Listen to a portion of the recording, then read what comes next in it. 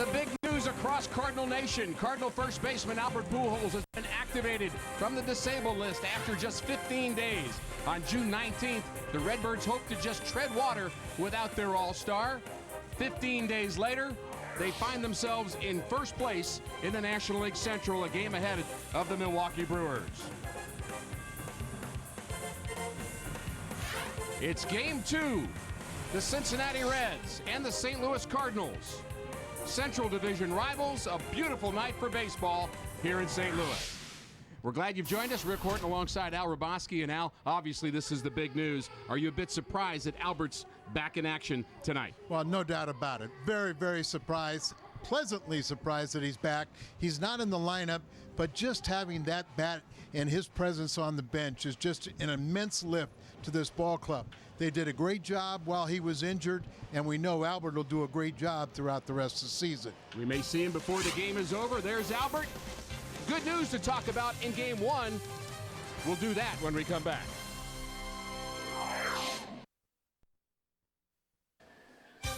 Cardinals needed just 1 run to beat the Reds here last night in game 1. Colby Rasmus scored it, and Mark Hamilton drove it in, and it was not a pretty hit, Al, but it did the job. It was definitely effective. Jam shot inside. Look at the cue shot. Look at the tremendous effort by Scott Rowland. The dive for head first.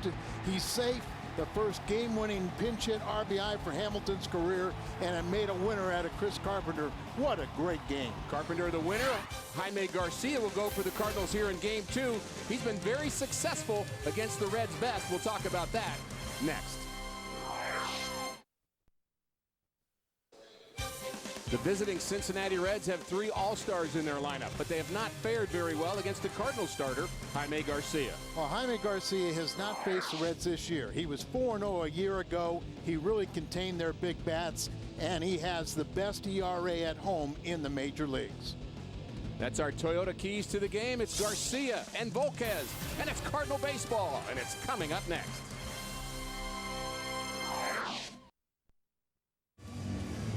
Beautiful night for baseball here at Busch Stadium. The Gateway City hosting the Cincinnati Reds. The Cardinals and the Reds have had some great battles over the past couple of years. Dusty Baker and Tony La Russa at the helm. Here is the Reds batting order, our Southwest Airlines batting order. Drew Stubbs will lead it off. Brandon Phillips, Joey Votto will follow. Scott Rowland, Jay Bruce, Johnny Gomes, Ryan Hannigan, Paul Janisch, and Edinson Volquez for Cincinnati.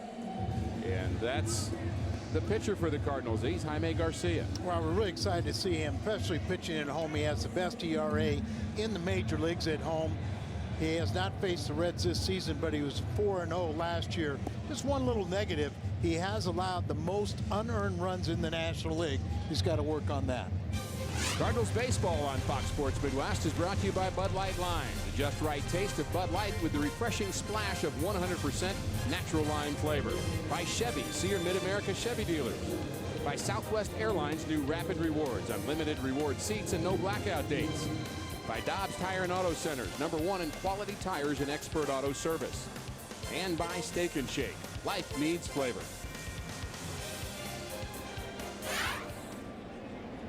Tony La Russa hoping his club will score a few more runs than they did here last night. A 1-0 victory was a nail-biter, but it was an outstanding pitching duel between Johnny Cueto and Chris Carpenter. Carpenter picking up his 4th win of the season, and Albert Pujols back in uniform. Boy, that's hard to believe, but what a surprise to everyone, and just bring smiles to Tony and I'm sure all of Cardinal Nation.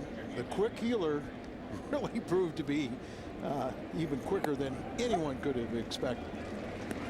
It's amazing. It's a minimum, right? 15 days. That's it. 3 times on the DL in his career, 2006, 2008, and now this year, and he's back already. And the ball club did a very good job in his absence, and here we see Drew Stubbs back in his familiar spot, the leadoff spot. About the first 70 games, that's where he was, but went into a slump because of strikeouts. Number 115 on the season for Drew Stubbs. Good start for Garcia. Holiday, Rasmus, and Jay will be in the outfield for the Cardinals. Freese, Terrio, Schumacher, and Berkman. Same Cardinal 9 as we saw here yesterday. Garcia and Molina are Dobbs Cardinals defense. Lance Berkman sitting on 349 career home runs. Chili Davis is at 350. That's who he's going to try and tie as going up that list of switch hitters with home runs. Currently 5th on the all-time list home runs for switch hitters. Just gotta like what you're seeing from Jaime right now. When he keeps the ball down, he just has terrific movement. Ball just dances all over the place, and when they do hit it, they usually pound it in the ground.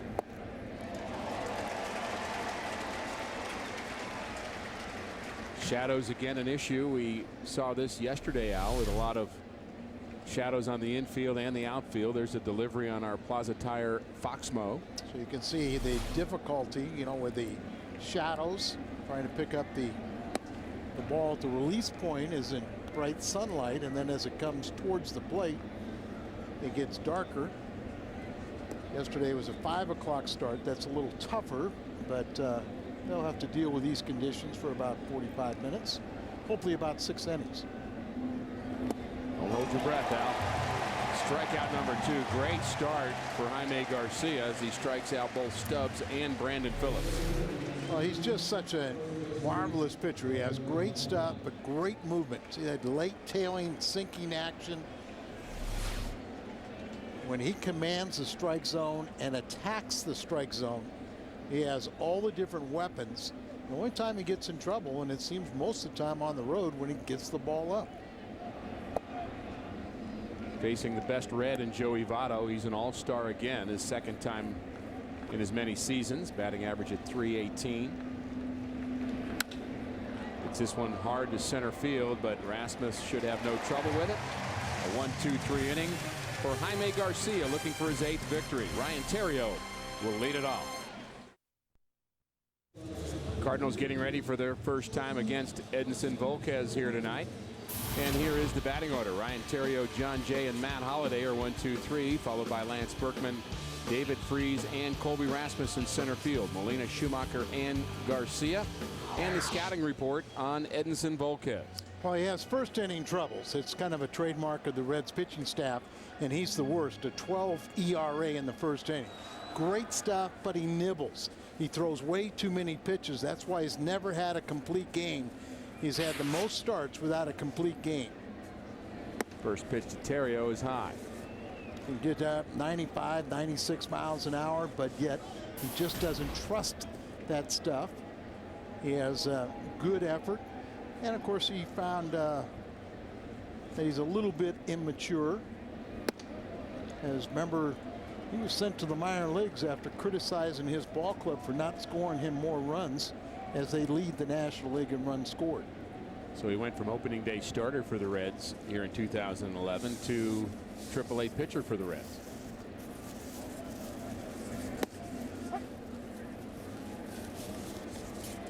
No doubt he is very, very talented, but he is 27 years of age now, been around a few years, and you have to come up with a little maturity.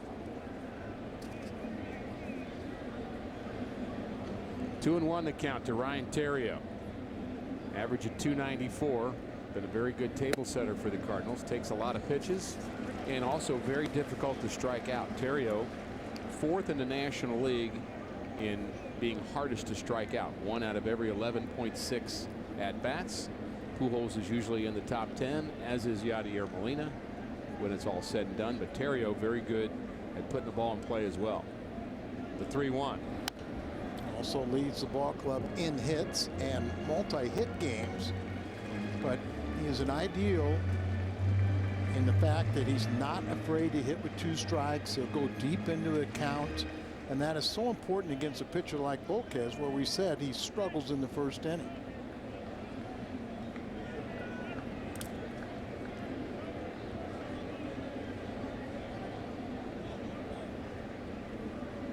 Volquez finally gets his sign, the 3-2. They hit up the middle, backhanded by Phillips. Very good defensive second baseman Brandon Phillips throws out Ryan Theriot. And it is a good Reds defense behind Volquez. Gomes, Stubbs, and Bruce. Bruce the plus arm in right field, 6 outfield assists. Roland, one of the best that we've seen at third base. Giannis, Phillips, and Votto on the infield. Ryan Hannigan the better of the two receivers for the Reds. Nice little article about Brendan and his tweeting expertise and how much fun he likes to, with his own fans and even the Cardinal fans.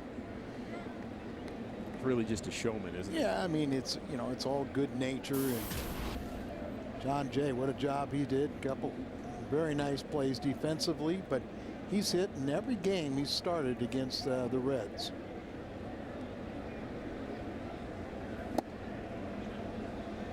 .96 at the knees. Swing and a miss. Jay 1-1. You're trying to get me to like Brandon Phillips, aren't you, Al? Well, I can see you working that. I like Brandon Phillips. I mean, I like it to where it adds a little drama, that the fans get to boo him and do those kind of things. That's fun. Well hit to center field. Here we saw the stars on the back of Brandon Phillips's hat. All of the All-Stars in all of baseball are being asked to wear those in preparation for the All-Star game. Location pretty much right down the middle. Yeah, out of weight, but that's Death Valley out there, so you can make mistakes, or you can throw the ball out there, make them hit it there, and there's what you're talking about, the back of the bill, the stars representing the, is it an American flag or is it the MLB patch? Motto has his, and the Cardinals 3 representatives. When that first came out, Al, I half expected a lot of major league players to balk at having something special on their uniform. It's MLB patch, flanked by the stars representing the All-Star team. I could still see players saying, look, I don't want to stand out on my own team and wear that. And there may be somebody balking right now. Matt Holliday, having a nice season, was just announced that he'll be a part of the home run derby. And we were kind of, Prince Fielder was the captain for the National League, so he got to select the contestants, and shockingly, he picked Ricky Weeks. This ball hit well to left by Holliday. It's deep, and it's gone. Home run number 11 for Matt Holliday. 1-0 Cardinals.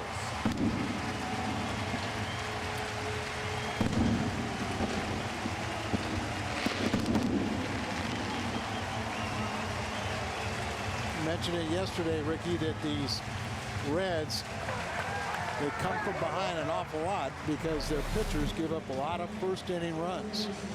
And Holliday missed location. That was supposed to be away, left it on the inner half, and just another solid line drive for his 11th home run. What would his numbers be if he did not miss 25 games due to injuries? Be incredible. They're still pretty good.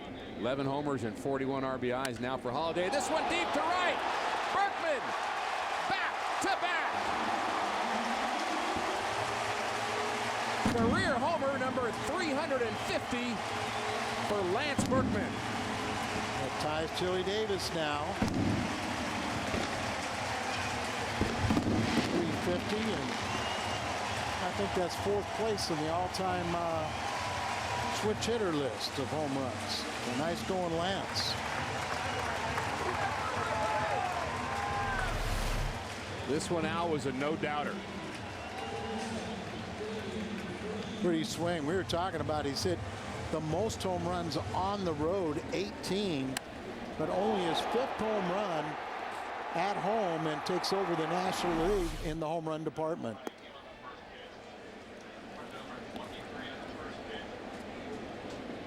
All smiles is Adam Wainwright.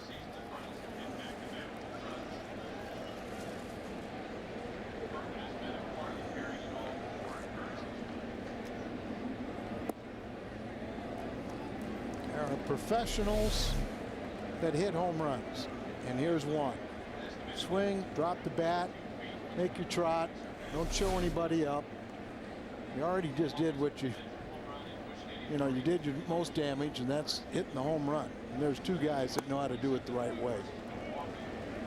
3-0 on David Freese following the back-to-back home runs. And Al, you were all over the first inning troubles of Edinson Volquez looked like he was going to get through it. Retired Terrio and Jay. But Holiday and Berkman homering back-to-back. Another tough first inning for Volquez.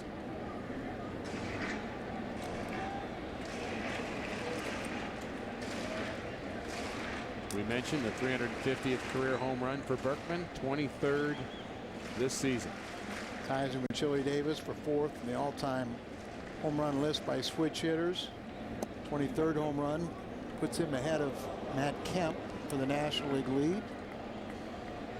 And more importantly, the way Jaime Garcia is pitching, it's nice to have that little cushion, 2-0, and keep on going. What a start for Jaime. Full count to David Freese. And he walked it. The inning has gotten away from the Reds opening day starter Volquez. The home runs 403 feet for Matt Holliday and 452 feet for Lance Berkman, the longest home run at Busch Stadium 3. Really? I wouldn't have guessed that one.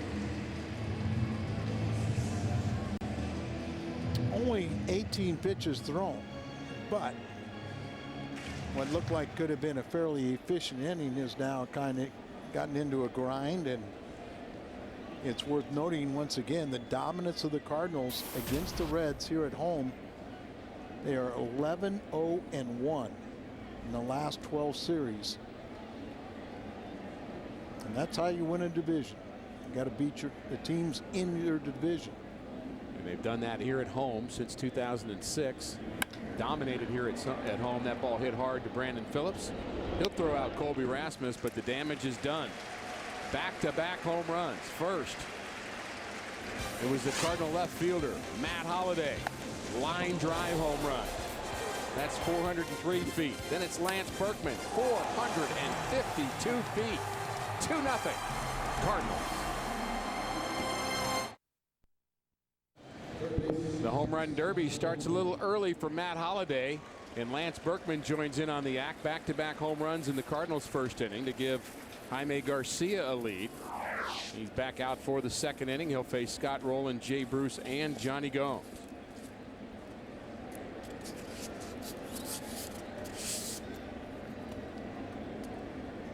Okay, I'm sure when you were starting, you love to get a lead, but you also like to have that lead and get back on the attack.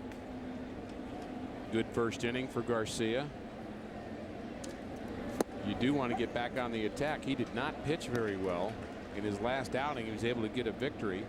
The Cardinals scored 8 runs in the first 4 innings of that game, and he ended up not being sharp. Barely got through 5 innings.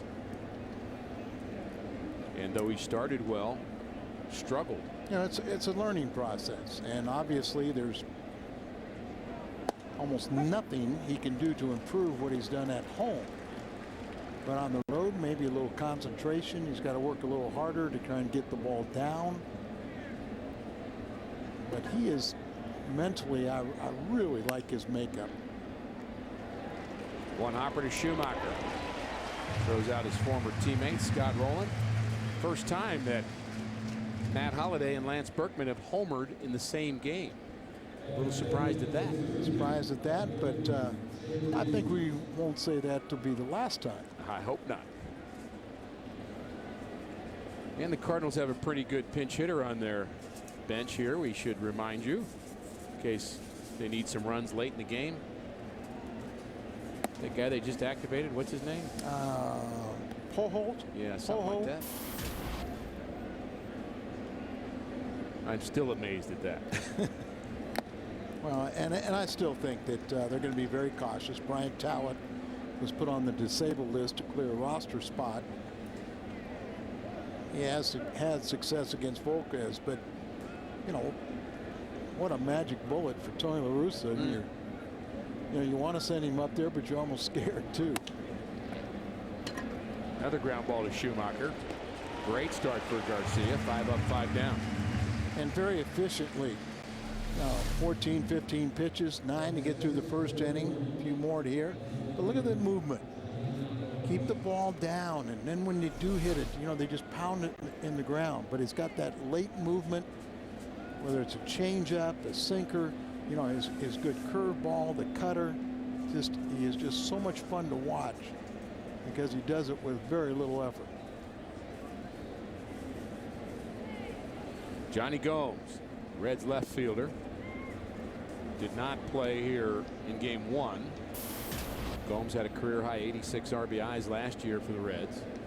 Outstanding season for the Reds last year. Central Division champions. Johnny, a fastball hitter. He does have 11 home runs, 222 average. Plays with a lot of intensity.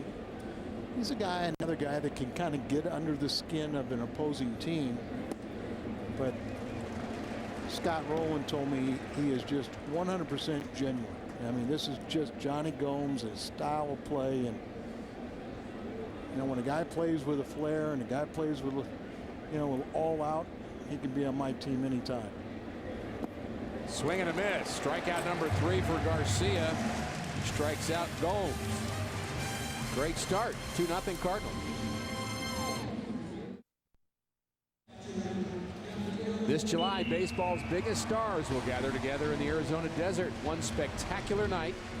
It'll be this summer's biggest event. Fox brings you every thrilling moment of 2011 Major League Baseball All-Star Game. Coverage begins Tuesday, July 12th, live from Phoenix at 7 p.m. only on Fox. And it's our understanding, congratulations to Stan Musial, as he was named to have the most memorable moment in Major League All-Star history. So one more accomplishment for the man.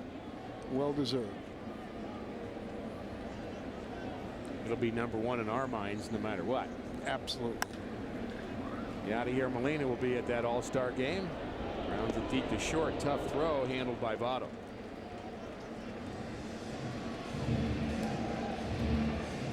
Yadi's certainly having an All-Star season. Connie's very solid defensively, so a little surprise makes this errant throw. Throws a little sinker in the dirt, but his first baseman with the soft hands, Votto comes up with it. As you mentioned, they play very good defense here for the Reds, and a well-played game yesterday, very crisp. A little different tone to this one, but the same style for the Redbirds. Skip Schumacher 0 for his last 6. Takes a 95-mile-an-hour fastball, ball 1. Skip had that 11-game hitting streak and it stopped on the road.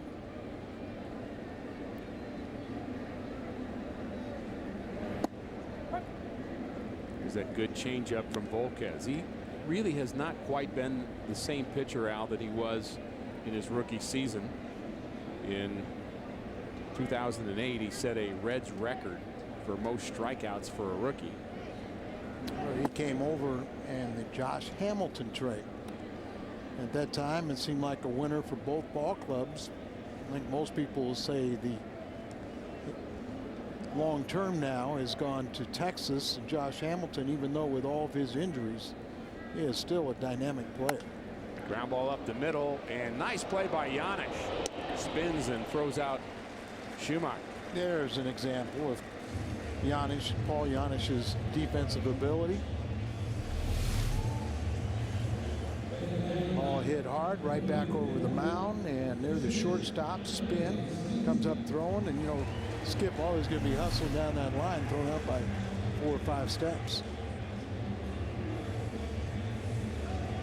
Talking about injuries, and Josh Hamilton, Volquez was injured against the Cardinals on the 1st of June in 2009, and that was the beginning of his discovery that he needed to have Tommy John surgery. So really sat out all of last year, and they really think of him as the #1 starter, and he really hasn't regained that yet. No, not at all. And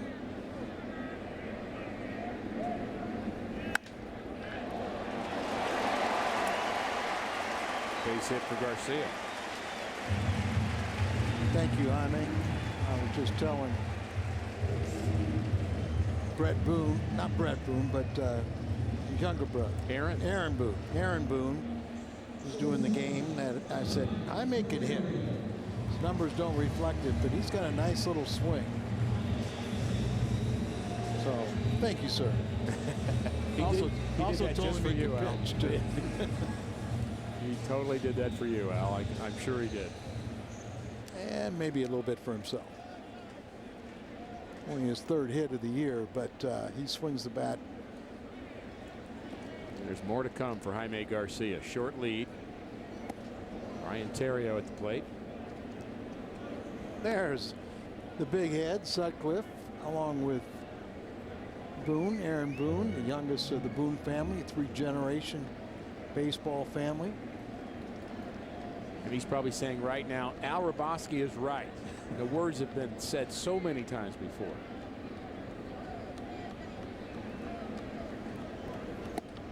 But rarely about baseball. Ryan Terrio 0 for 1. Volquez had a problem in the 1st inning. Al, he got the first 2 guys out, then the roof caved in. 2 quick outs here in the 2nd, then a hit for Garcia. The Cardinals trying to do it again. Did you ever have a little phobia or a little thing that you know, like you say, you get the first 2 guys out, and then you struggle with the 3rd or struggle in the 1st inning? My phobia is when they had a guy with a bat in his hand. I struggled with those guys. Good start for Garcia.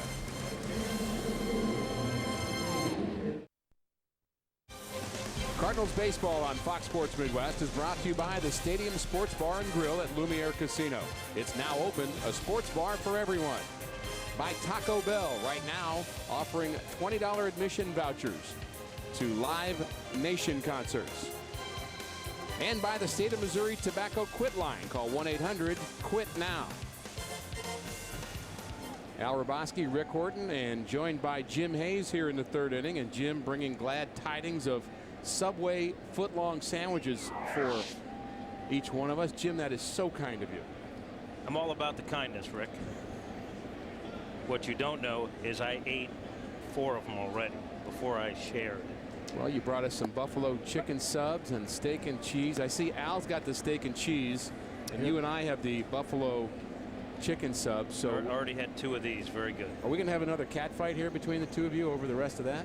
Well, I mean, I'm kind of wondering why this is a foot long.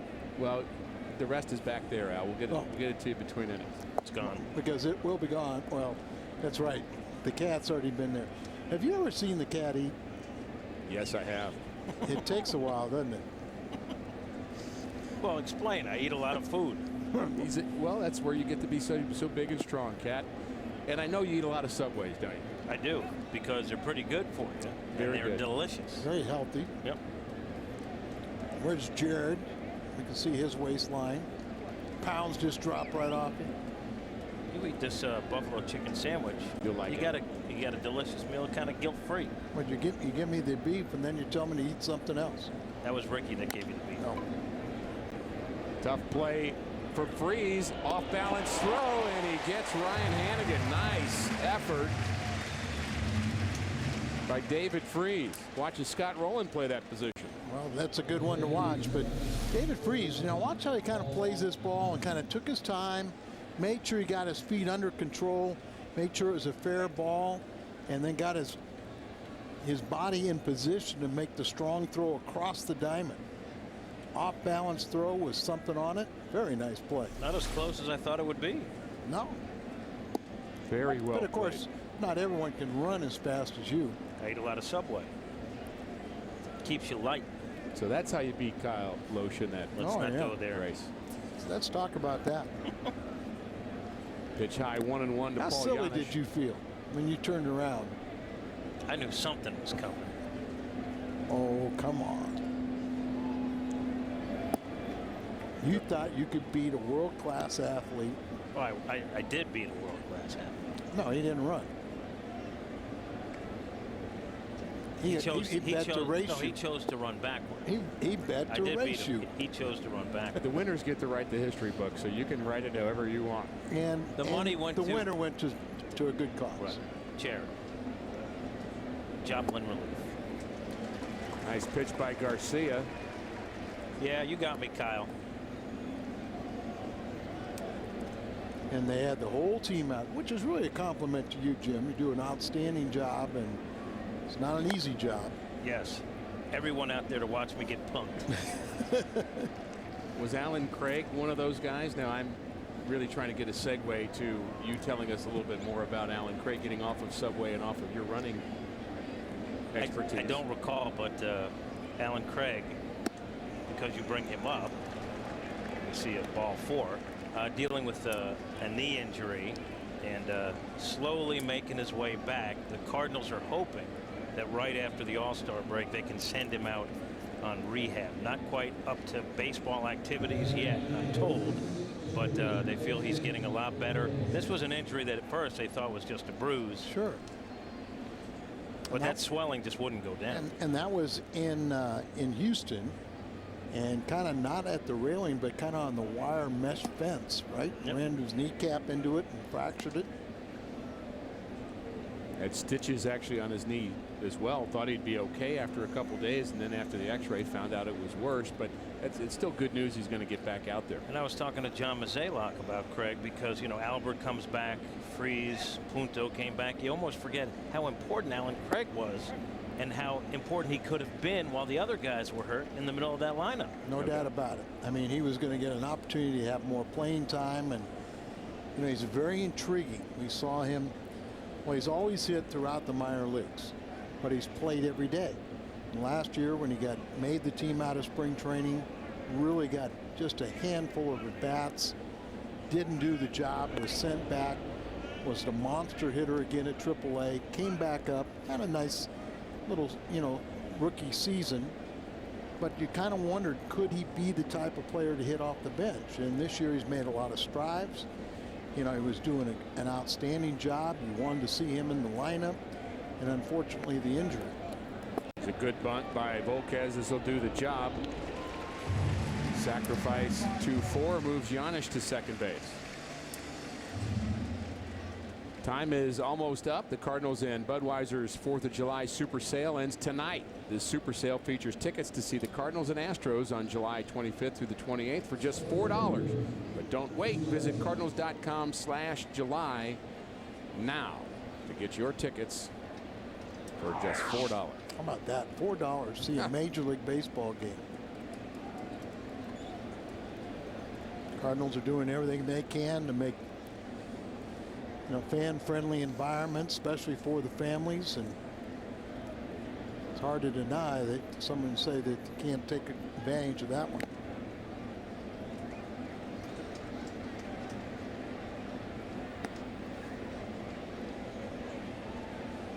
Drew Stubbs bats with a runner in scoring position. That's Paul Giannis. He reached via the walk, the only Reds base runner here tonight. And Jim, you were right on the edge last night of that story with Albert Pujols, and you had the sheepish grin from him, and maybe thinking that he may know something about being able to be ready tonight. I think all of us were surprised, but maybe you weren't. I wasn't surprised just watching Albert's body language, and even in the post-game show, if you notice, Matt Holliday was talking about the win and how it gets him on track, and he said, with Albert coming back tomorrow or Wednesday, oh, okay. So I think it was kind of out there. He had to pass a hurdle today, get medical clearance. He saw a doctor. He did that.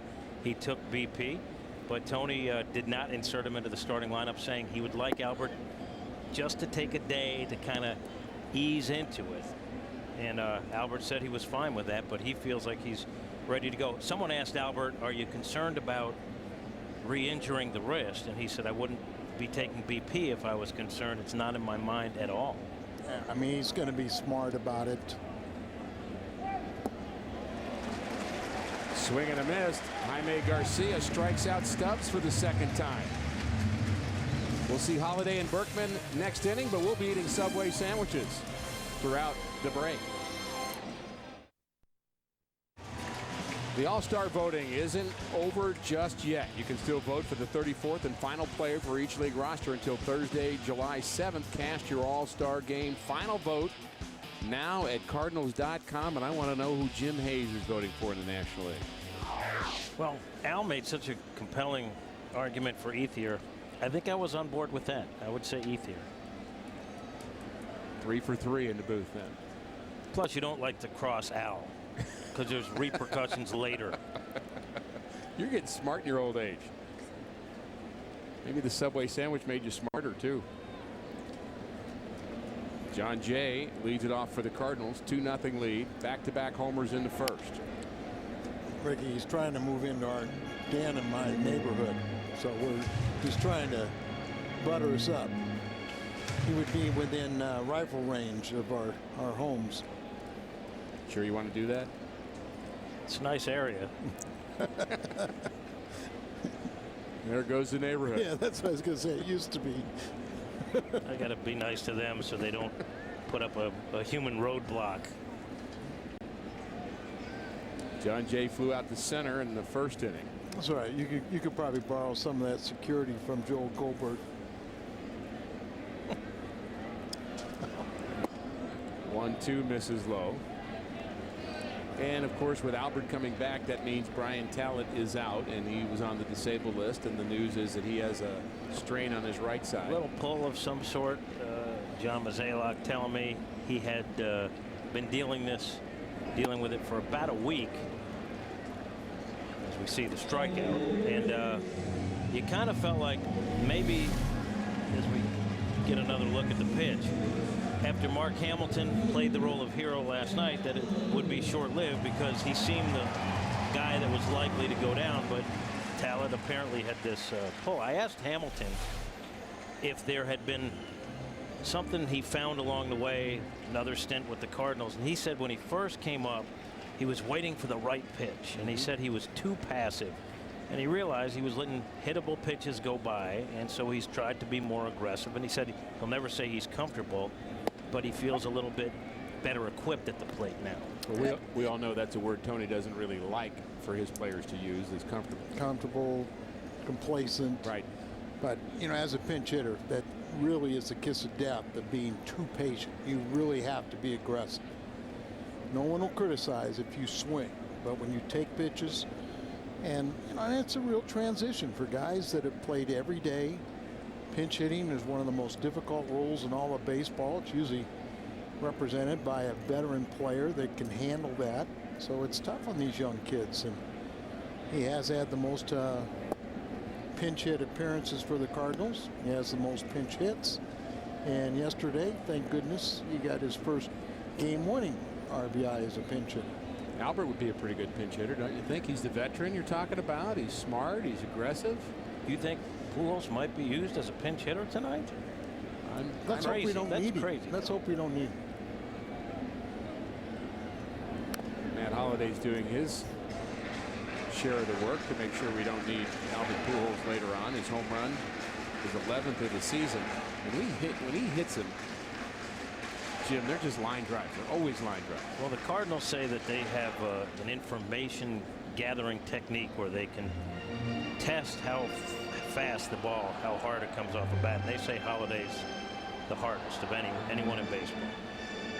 Well, it's you would not classify him as a home run hitter. He is a line drive hitter. You say the same thing about Albert, but they hit the ball so hard, and when they can elevate it, it'll go out. Not an example of one of Holiday's ground balls, but he hits the ball so hard when it's on the ground that he powers it through the infield so many times.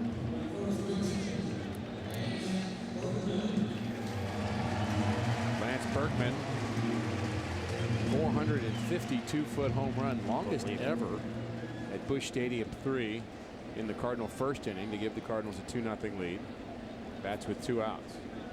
I love the way he drops his head almost apologetically. Sorry to hit it that hard off you, sir. That hard and that far. That's right. Well, pretty old school, that's for sure. Well, you know, you see a lot of, you don't see pitchers strike a guy out and do all kinds of gyrations. So, you know, if you hit the ball, just, you know, act like you've been there before. I know the game has become more theatrics and do different things, but, you know, there is a right way and a professional way, and I think we all appreciate Holiday and Berkman when they hit a home run. They just act like they've been there before. Berkman's been there 350 times. The 1-1 to Lance, but out in front of the off-speed pitch, 1-2. And you talk about having the right approach. I talked to him after he was named to the All-Star team, and he was appreciative, but he said it's a nice half-season honor. It's an honor for a half a season. He said, we have a lot more that we'd like to accomplish. I go back to spring training, you know, and everyone was a little concerned, you know, with his health. And I talk about the knee. Remember, he had a little calf and an elbow. And he said, hey, you know, I want to find out if I can still hit. And he says, it's very simple. Either I can still hit and I've got a future in this game, or I go home. So he was very realistic. You know, he got himself in good shape. And the results have been great. That line drive handled by Giannis. Brandon Phillips will lead it off for the Reds. They trail by 2. Fox Sports Midwest invites our young hockey fans to the St. Louis Blues Youth Hockey Camp starting July 25th. It'll be at the Ice Zone at St. Louis Mills. The camp is designed by the Blues and the ultimate mix of hard work and fun. Players ages 5 to 12 can train with the pros, including Blues players, coaches, alumni, and training staff. For more information, go to stlouisblues.com.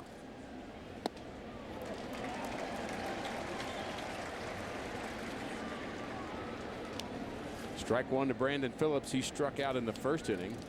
4 strikeouts for Jaime Garcia, and he has been rolling along. Only a walk to Paul Giannis in the third. He's kept the ball down, and he has been outstanding. We mentioned, Al, that Phillips, Votto, and Bruce all have not hit Jaime Garcia very well, all 3 All-Stars. You can do that. You know, you can control their best hitters. You know, you pull the string here and there. You just change speeds. But just watch his mannerisms on the mound. You know, who looks like they're in control? Who wants to, you know, just get that ball and throw it?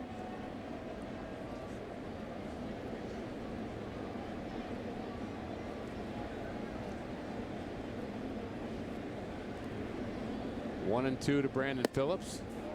Good fastball off the plate inside, trying to get him to swing at that pitch just off the corner. There's the numbers for Brandon Phillips. Phillips, one of their hotter hitters coming into this series, as the Reds really have not hit well on this road trip. Ball by him, you know, 90 miles an hour, but a little tailing action, but up and in, threw it by him.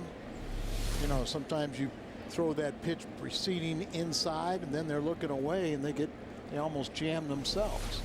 Hard to be much later on the pitch than he just was. Probably looking for an off-speed pitch. Looking for something away. Fights this one off, and it's a fair ball into right field, and that's going to be a ground rule double. Bounced up and into the stands. Got a little bit more of the plate.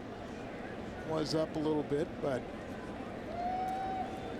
Phillips is an all-star and a good hitter. Certainly understand the idea that Jaime Garcia had there. It was a pitch with a purpose, trying to jam him. Maybe it really wasn't a good swing. No, it wasn't. Like you said, maybe up just a bit too much. Comes up there and then hit the ball and just got a little lucky.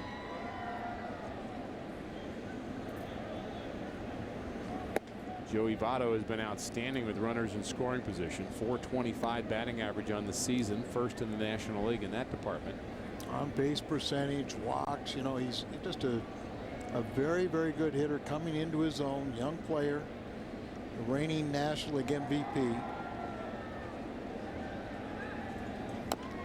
We mentioned he has not had success against Garcia, but has done very well against left-handers in his career. He's 1 for 9 against Jaime, but he represents the tying run. Jaime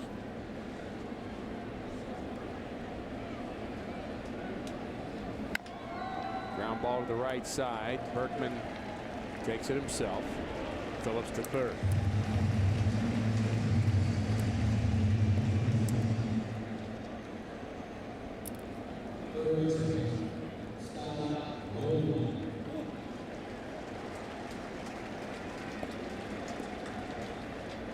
Kind of a tough emotional game to recover from yesterday. It was really just a high-level performance by both the starting pitchers. The energy of 4th of July. Chris Carpenter was outstanding. So was Johnny Cueto. And really an outstanding ball game. And you know there's still some underlying tension between both of these ball clubs. I don't know that that's fully dissipated. Well, it hasn't, but I think the one good thing is it's really, you know, like 3 or 4 guys are really the culprits in that really want a little revenge one way or the other. And the rest of them are out here saying, okay, we're professionals, let's play baseball. And they played a whale of a game yesterday. Even if you're the Reds, I mean, Tony La Russa said that might have been the best non-out he ever saw, the play by Scott Rowland that resulted in the game-winning hit. That was a phenomenal play, and to make it so close. It was the range, it was the arm, it was the situation. Yeah, I mean. There's a ground ball to the left side. The Reds are going to score a run. Terrio's going to throw out Scott Rowland. And here's the play you're talking about, Al, with Scott Rowland. Well, remember, you got a left-handed batter up there. This ball just starts running in, but look at how far off the third base line. Now this is going to slice away. It actually fair ball, but look where he fields it. He fields it on the grass. And then to slide like that to make that strong throw, a bang-bang play over there. Scotty getting the congratulations for the RBI and the ground out, but I mean, that's just a phenomenal play. And mention once again, Scott Rowland is 6'4", 240, and he's so athletic. And by the way, he's 35. Yeah.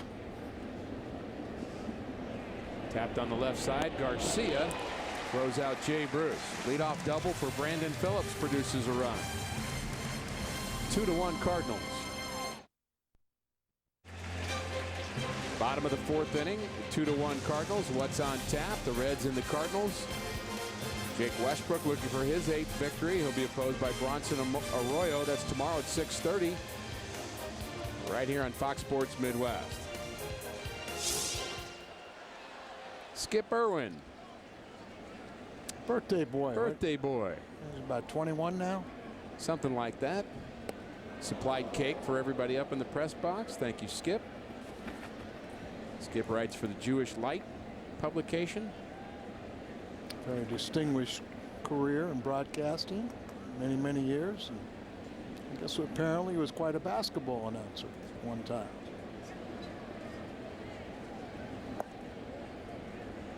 And boy, does he have an elbow grip. Got a strong, firm handshake. Oh yeah. You talk to him, he kind of holds on so you can't get away. 2-0 on David Freese. Average at 351. He walked in the first inning against Edinson Volquez. Settled down after that first. Line drive base hit past a diving Joey Votto. Leadoff runners aboard for the Cardinals. Said before the season, I thought that David Freese was a real key. You knew that everybody else was going to contribute to their job, but if he could stay healthy, and that's been a problem, but he has the ability for extra base hits. He's got good power. He's developed into what appears to be, he's going to be an RBI man, and he can play a very good third base. Descalzo and company did a good job in his absence, but it's a much better ball club when David Freese is playing every day. Good lead by Freese at first. Rasmus the hitter. And this ball is hit into center field high, but not deep enough. Shading his eyes is Stubbs.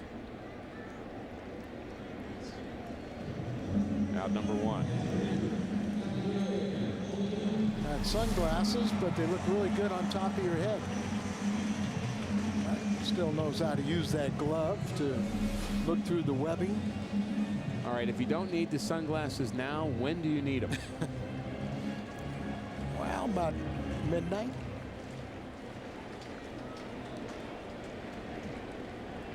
It is kind of perplexing, isn't it? I mean, he's standing right in the middle of the sun, and that fly ball should have showed him something.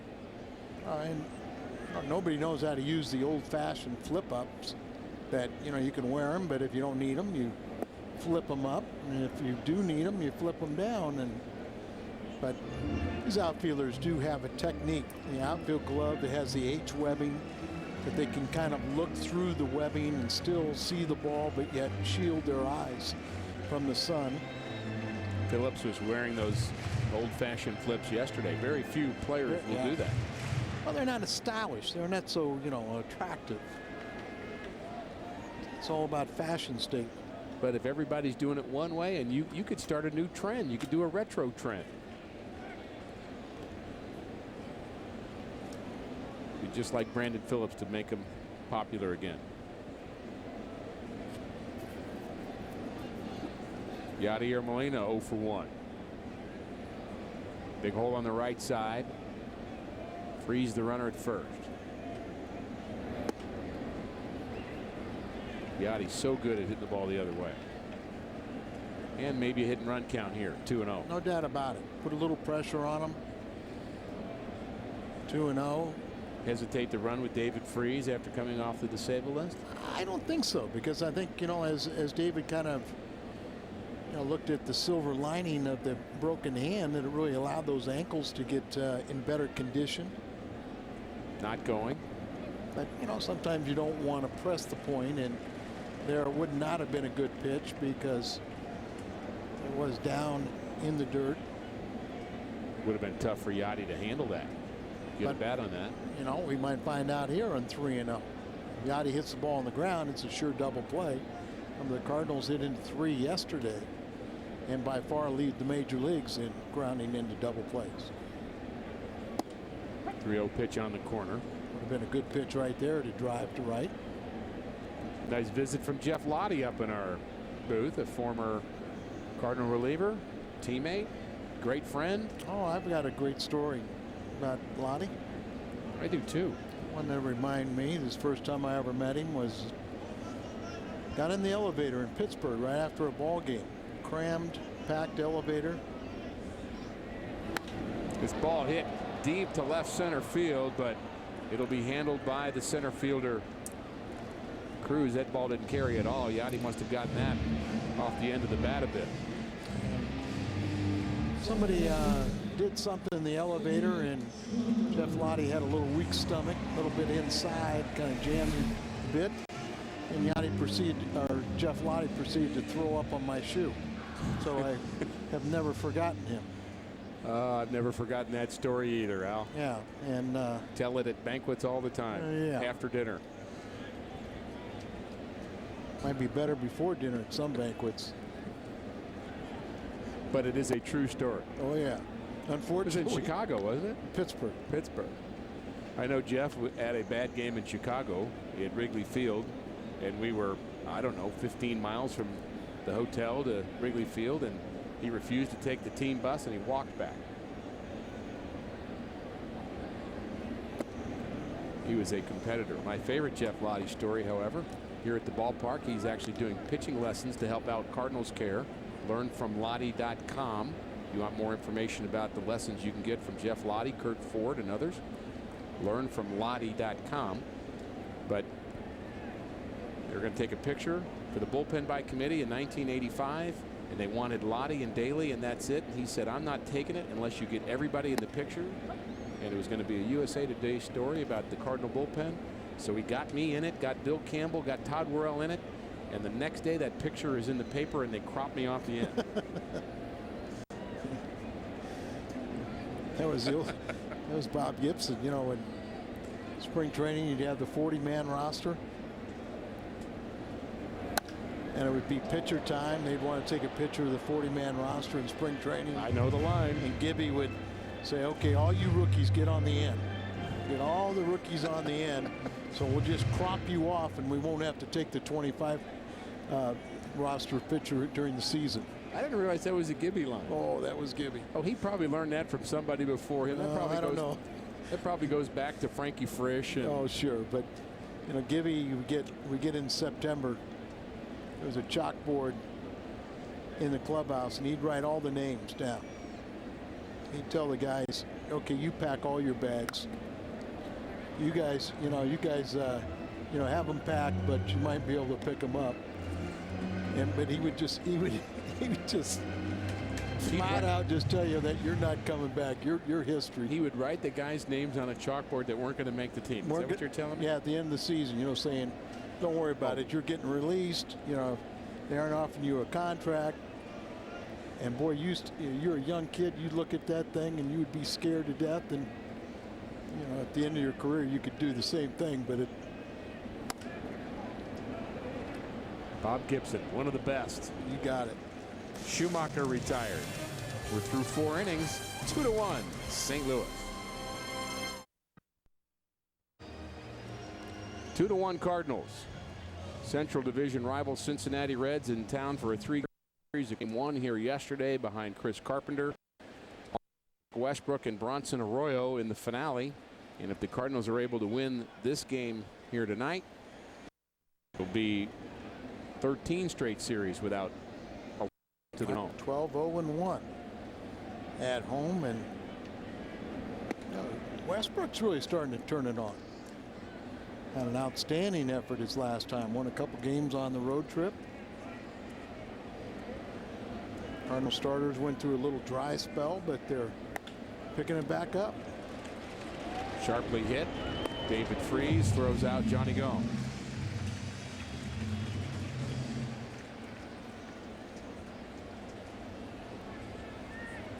Albert not looking very tense, Al. No, but it was amazing yesterday in that interview that he had with Jim Hayes, that how relaxed Albert was. I really liked his and appreciated his comments of, saying, hey, I didn't have an all-star first half. My numbers were pretty good and everything, but, I wasn't deserving. Give him a little more fuel for the fire to come back and have a tremendous second half. I thought those were pretty professional comments from Albert. That's what I mean. Very professional. That was very well said by Albert. A lot of players will start to say, I deserve it. And, you start to get kind of self-centered in this game if you're not careful. Of course, it is an individual game played as a team, right, which is really hard to explain unless you're on a baseball team. You have to do your own thing in a team concept, but you cannot lose sight of team. Right, and it's obvious because of the injury that people stopped voting for him, or he would have been voted in. But very, very professional comments and not surprising. Getting pinch hitting advice right there from Mark Hamilton, probably. Right, yeah, just, how do you do that, kid? The wrist heavily taped, but, and I'm sure they're going to be very, very cautious, but what a temptation to keep him out of the lineup. Right situation. Right place. We might see him in this ballgame. Very uptight right now, though. Well, he's just so happy to be activated. 2-2 to Hannigan. Hannigan bounced out in the 3rd inning. Jaime Garcia so good at getting ground balls. Only one ball hit into the outfield. That was Joey Votto in the 1st inning. Well, that's just that ability to keep the ball down. 8 ground ball outs, including the bunt.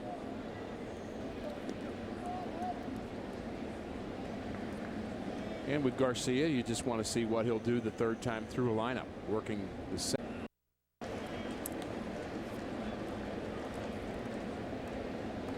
Visit Busch Bash prior to every Friday home game in Ford Plaza for live music and player appearances throughout the season. July 8th will feature Tito Landrum. Good friend Tito Landrum, born in Joplin, Missouri. For details and future player appearances information, you can visit cardinals.com/promotions. That's twice we mentioned Joplin, and we must say we want everyone to remember the tragedy, and that's going to take years of recovery, so we still got to have those people in our thoughts and prayers, and the relief funds need to still continue to go into that area. The need goes on. The need goes on. And boy, people have responded to that need. There's a tough one for Molina. That's a 59-footer from Garcia, and Yadi's going to walk the ball out to Jaime, have a little conversation. 2-0 to Giannis. Oh, he's walked 2 in this ball game, and Giannis was the 8th place hitter. He walked him. Now he walked the 2nd place hitter, Hannigan, with 1 out. And just get back in that strike zone. These guys are batting at the end of the order for a reason. Giannis, no home runs, so you know you can't be afraid to challenge him. And even here's the kind of guy you want to elevate the ball, make him hit it in the air because he can't hit it out.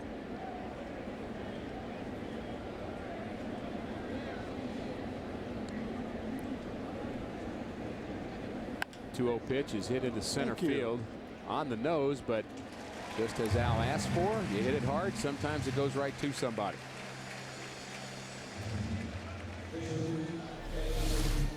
There are times, you know, you want to throw the ball down, but there are times when you can throw it right down the middle of the plate. You can elevate a little bit when a guy doesn't have any power, and especially in the heart of the plate, because you want him to hit it to center field, the deepest part and the biggest part of the field, and usually your best outfielder.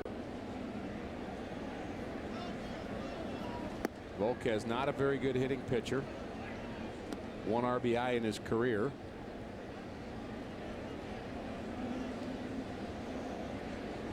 He bats with 2 outs and Hannigan at first. It's a pretty big swing for a guy who's not a very good hitter. And that's why he's not a very good hitter. Maybe this time he can keep his eyes open and hope for a better performance.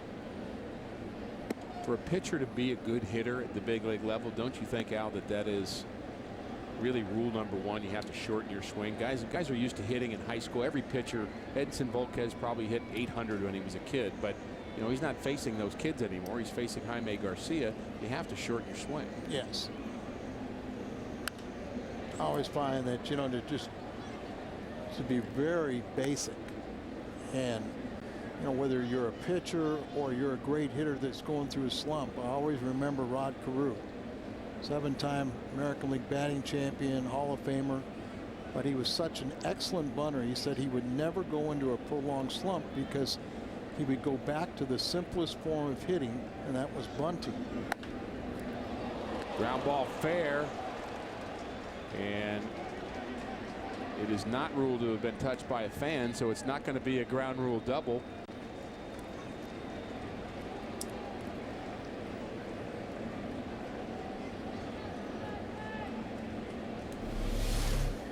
Here's Dave Duncan just before that pitch talking to Molina about what he's seeing from the delivery from Garcia, and doesn't really look to be too happy about it. Now he's going to go out and have that direct conversation with his left-hander. And you know, your delivery gets away from you every now and then, and what appeared that he was saying that he was arching his back too much, and then when you're doing that you can't catch up. Your arm's going to be dragging, and that one will produce the ball up in the zone, but you're not going to be staying on top of it to get that late life. So just a little reminder to go out there and keep your mechanics under control, a repeatable delivery, and get the results that you're accustomed to. But it's a shame when you have 2 outs, you have a pitcher up, and you give up the base hit and everything, and now you put a little pressure on yourself. But remember, there are 2 outs. You've got a good hitter up here, but you do have his number right now, and he's struggling. A little trouble with the release point of that curveball.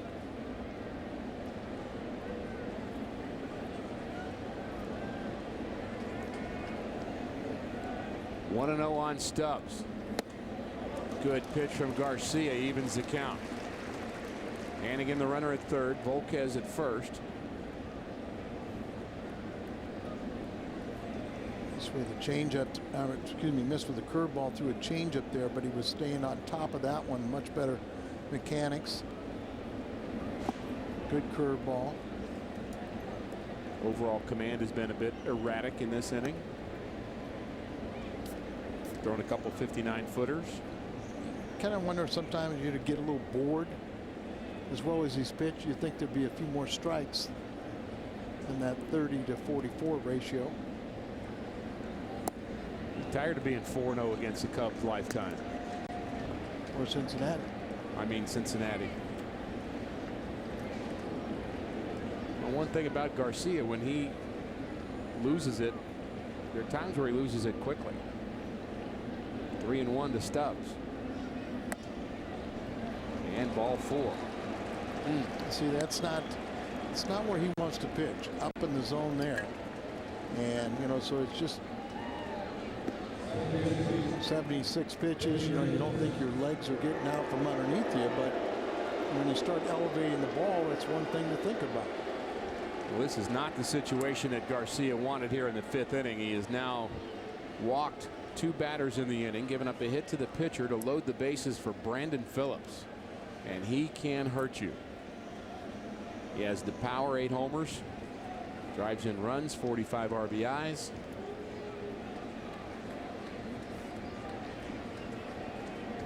Garcia needs to get ahead of Phillips, and he does.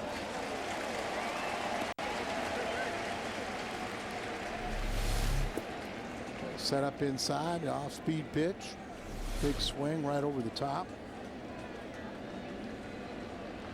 Jason Mott warming up. Do not want to see Jason Mott here. Good pitch. Strike 2.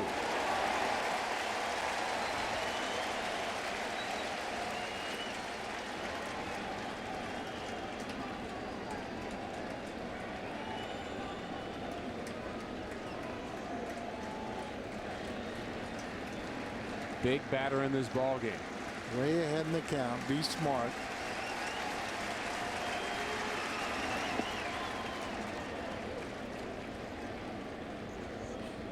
Can't emphasize enough to have a catcher that can basically tell you, okay, you can bounce the ball with that runner at third base.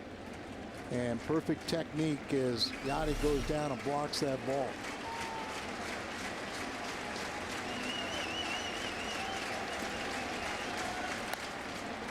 Hit on the ground to the left side. Terrio play at second. He's out at second base. Close play there, but Terrio to Schumacher ends the Reds' 5th. Garcia pitches out of it. 2-1 Cardinals going to the bottom of the 5th. Cardinals lead 2-1, bottom of the 5th inning. Our AT&T trivia question: since 2009, who has the highest batting average in the National League? Wonder who that is, Al. Wow. Matt Holliday. Tied with Votto. Those guys in the truck, boy, they kind of give they give you a lot of hints. Yeah, they do. A little conversation going on right there. And you know, remember I was asking you earlier, did you have any little phobias? Right.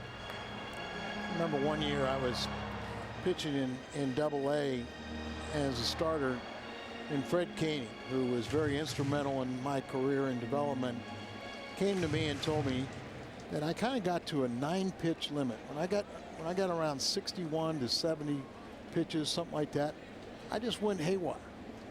And you know, he made me aware of it. You know, it happened time after time after time. And so it just the point that he said, okay, you know, we're getting near that time now, and just that extra concentration to go out there and say, okay, you really got to bear down. And it kind of helped me get over that little hump, because sometimes, you know, a pitcher, you know, maybe Jaime got a little bored in that inning, and you kind of things get away from you, and you really just have to maintain that high degree of concentration. And it could have been a lot worse for Garcia, certainly in that 5th inning. A couple of walks and a base hit, but he stranded all 3 Reds runners by getting Brandon Phillips to bounce out. And really, you'd say in some ways he deserved the inning to be worse, but he was able to pitch out of it. The 1-1 to Garcia is taken low. And you know, you were talking about that yesterday, Al, with some of the Cardinal starters. Actually, many of them, they've run into that wall, that limit, and whatever the pitch key. Jake Westbrook, Kyle McClellan, Kyle Loesch at times get to that 6th or 7th inning, and they get to that magic pitch number, and then things go haywire. And then sometimes, you know, you get through that inning, you regroup, and you're fine again, but you might have lost the game in that one inning. Isn't that almost the time where a starting pitcher starts to pitch differently? Your stuff is not maybe the same as it was early on. You've got to start relying on location a little more, and maybe using your secondary pitches more. You've already seen each of the batters twice. Now you've got to maybe try something different that third Pitching time. philosophies have changed so much from, when I pitched. But we were taught, hey, throw the same pitch until they hurt you with it. Keep something in reserve for when you need it. If you're pitching to game condition, you have nobody on, 2 outs, and you got a really good hitter up there, and you got enough of a lead to where they can't beat you. And you've been getting them out with fastballs, throw them fastball. Don't change it until he proves that he can handle it. Great Jack Buck used to say he wouldn't walk the pitcher, would he? But love when Jack would say that. oh, sure. There's so many rules that Jack is, kind of taught the old school rules. I know it's got to drive a lot of people crazy. In the 9th inning, you're trailing by a run, take a pitch, take a strike. And yet the philosophy is, the first pitch may be the best pitch you see. So they swing it. Popped into center field. Now the left fielder, Gomes, retires Garcia. The Krispy Kreme dozen deal. If your St. Louis Cardinals get 9 hits today, and we're not sure they're going to be able to do that today, you're invited into Krispy Kreme tomorrow to receive a dozen of their original glazed donuts for only $2.99. Stop by one of the 4 St. Louis area Krispy Kremes for this sensational deal. 9 hits, Al. What do you think? Possible? We're at 4. I think they're going to get 9. Go for that Krispy Kreme donut deal.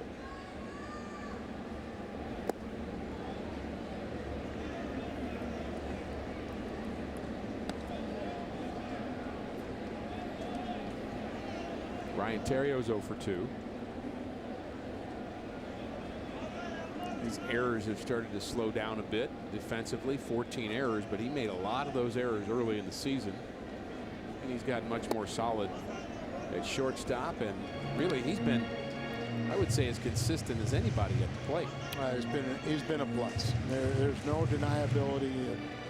He leads the ball club in hits. He leads the ball club in multi-hit games. You never question his effort.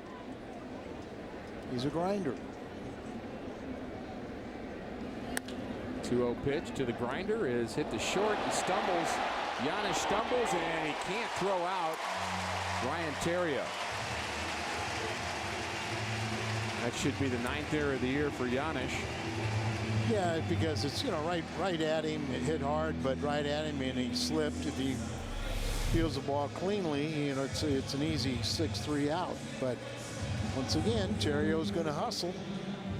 Put the head down. Saw the little bobble there, and crosses the plate ahead of the throw. Sometimes the hardest thing is to just find the ball and pick it up. Where is it? Is that your feet? Oops. Looked like he was doing twister there, Al.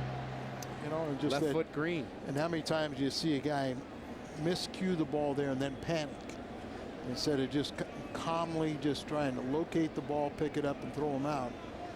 You start scrambling, take 2 or 3 more stutter steps, and all of a sudden the guy's safe. Cardinals would like to make that error hurt. John Jay at the plate. He's 0 for 2 as well. First error in the ball game. Cardinals have out hit Cincinnati 4-2. Pretty much straight away in the outfield, shaded a bit to left. Yeah, maybe even a little deep at what we would think for John Jay, but especially in left. Yeah, John Jay hit safely in every career home start against Cincinnati. And a line drive to left, and that's going to get down in front of the deep playing left fielder Johnny Gomes.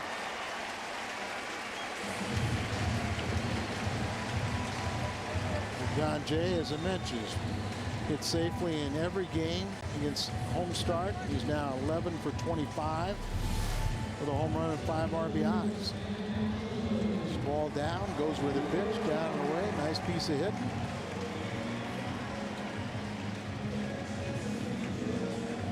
Another byproduct of the Cardinal farm system that knows how to play the game.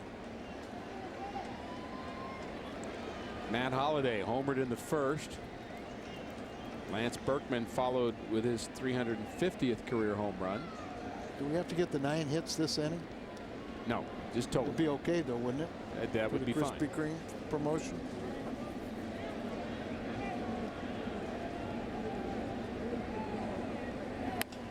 Ground ball just foul.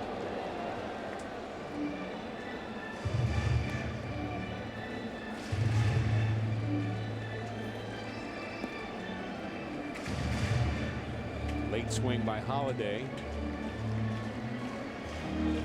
Don't see him hit many ground balls down the right field line, but Joey Votto way off the first base bag. You think of him as a pull hitter, also with some power in the right center field gap. Sure, hits a lot of balls up the middle hard, but sometimes you get fooled by a pitch or out in front a little bit and hits off the cup of the bat. This ball hit hard to center field. Back goes Stubb to the track, to the wall. It's gone! 3-run homer. Matt Holliday, his second of the game.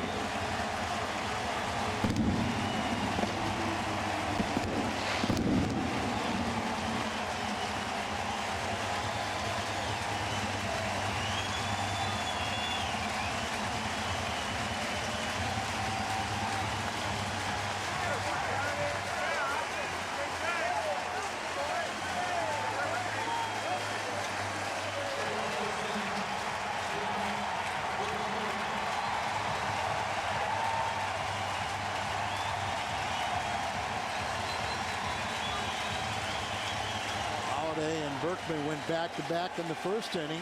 Can they do it twice in a game? Cardinal fans want a curtain call.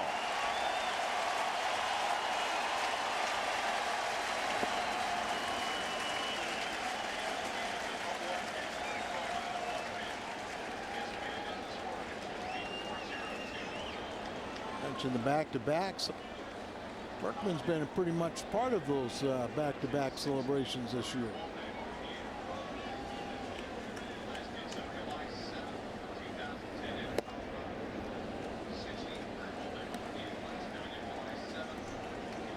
th career multi-home run game for Matt Holliday. His 12th of the season, 4 RBIs today.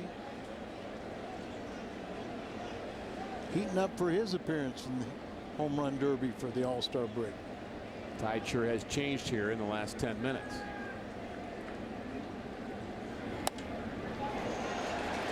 In the center field, Stubbs on the run, retires Lance Berkman.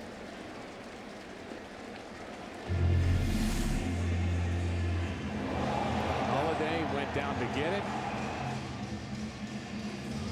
Another long home run. Matt Holliday safe at home, safe and secure, New York Life.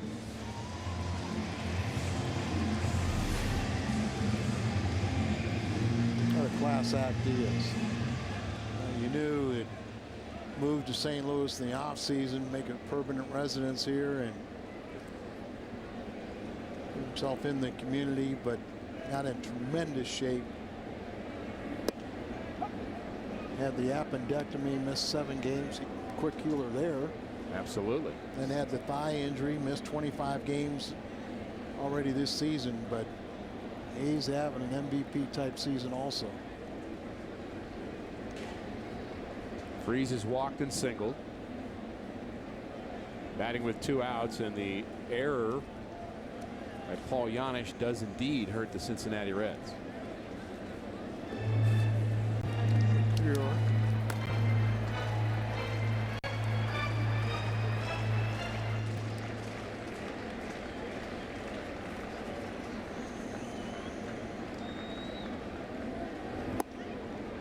Volquez has never had a complete game. You mentioned that at the top, Al, and doesn't look like he's going to be able to get one here. 79 pitches, working in the 5th inning. He's making his 86th career start, and that's the most by a major league pitcher without a complete game. A good finish to the bottom of the 5th. But Edinson Volquez dejected. 3-run homer for Matt Holliday has given the Cardinals a 5-1 lead through 5. Cardinals baseball on Fox Sports Midwest is brought to you by Kia Motors. To learn more, visit kia.com. And for a limited time, Jack's Really Big Chicken Sandwich Combo is back for only $3.99 plus tax at participating restaurants. Tribute to Jack Buck.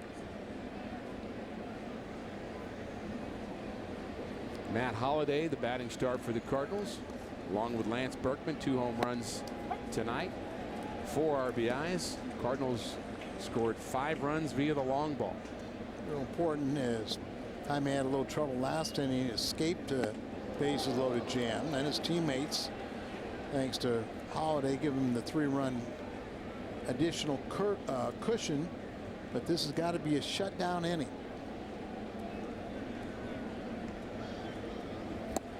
Always fun to think about the ebb and the flow of a baseball game and how momentum, if that's the right word, or just how the feelings change, the emotions change. And I just think that's one of the magical things about this game.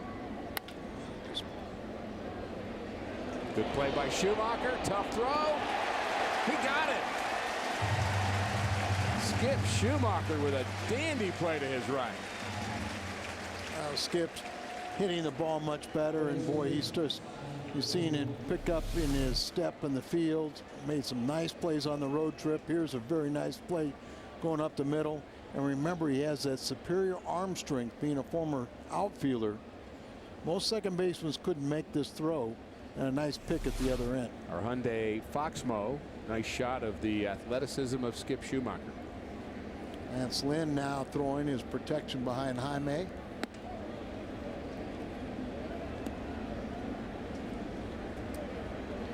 Scotty got his 2000th hit yesterday, and he's 2 doubles away from 500 in his career. Votto 0 for 3. Rolen 0 for 2. Jay Bruce 0 for 2. He's handled the middle of the lineup pretty well.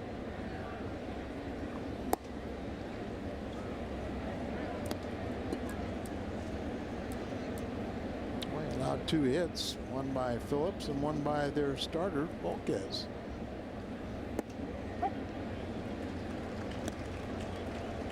We were talking about the ebb and flow of a ball game and how many times you can get in trouble thinking about 9 innings. A lot of people condense it to 3 3-inning games. That's what I like to do. 3 3-inning games. Try to win each one of them.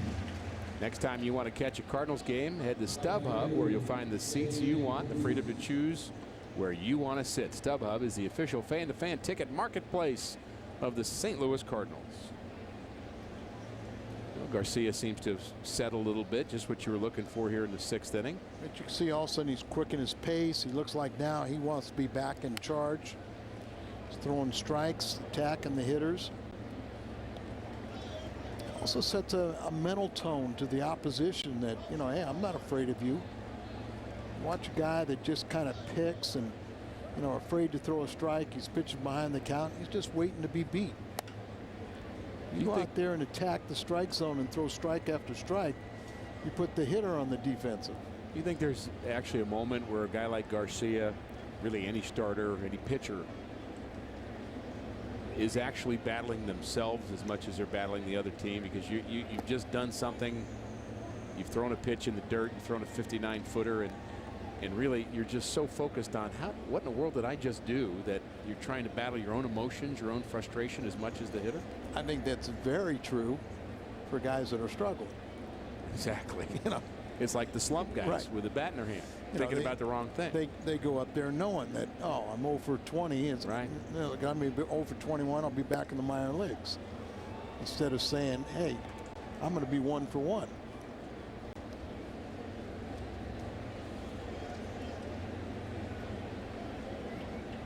Looking for a 1-2-3 inning, trying to retire Jay Bruce, the all-star right fielder. We saw him make a great throw here last night. 6 outfield assists. Deserving all-star, I would say. And he pops it into center field, and Jaime Garcia has his 1-2-3 inning.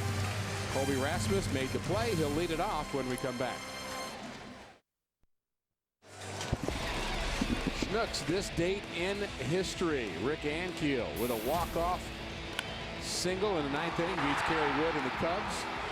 July 5th, 2008. And the celebration, Chris Duncan scores. And look at all these Cardinal players. Check the names on the back. Some guys not here anymore. Adam Kennedy, Todd Wellemeyer.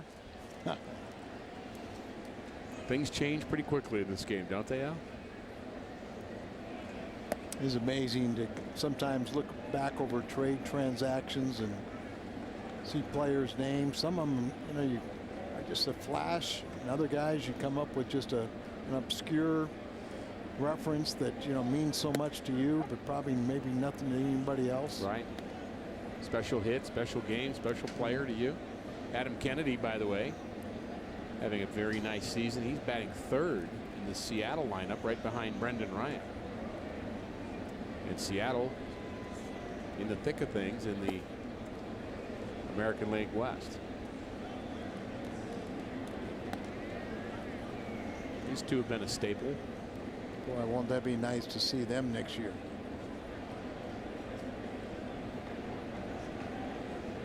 Option for Carpenter, but the way he's pitching, it's going to be picked up. Kind of a little technicality on Wainwright, but I'm sure that will be resolved. I would think so.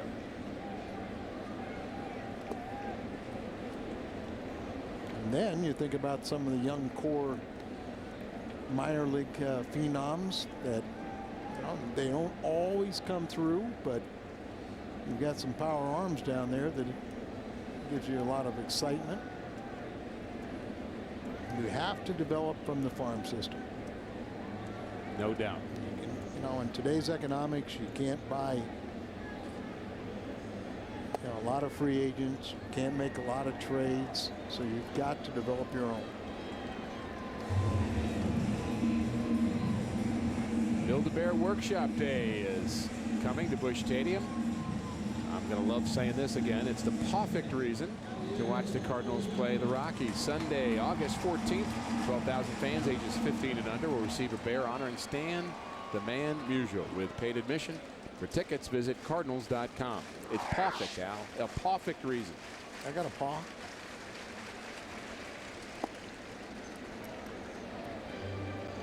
Walking by there the other day, to Build-A-Bear with my grandson, and I all know about Fredbird, but some of the other creatures they got down there are pretty creative.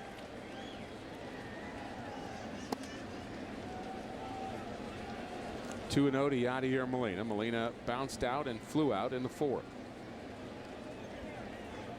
Speaking of creatures, my best friend.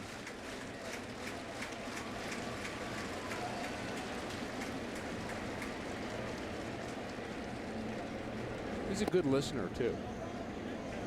You have a conversation with him and he really just listens. He never says anything. No, he's deaf. Is he? Yeah, that's why he's a good listener.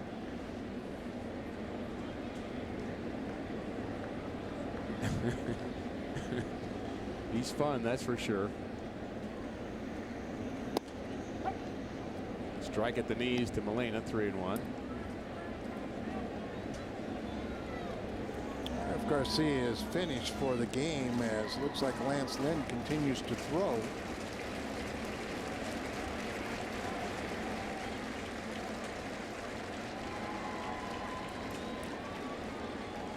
Interesting that he's talking with Tony Cruz, the backup catcher.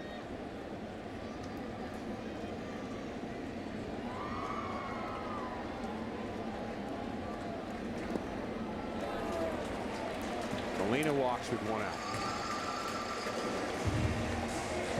He's still talking to Tony Cruz. Gerald Laird is going on rehab today. He's going to play first base and then I think catch tomorrow and maybe back for the Arizona series. But Tony Cruz is he really did some nice things here. He's shown that he can play at this level. So when he comes back the next time, he's going to be that much more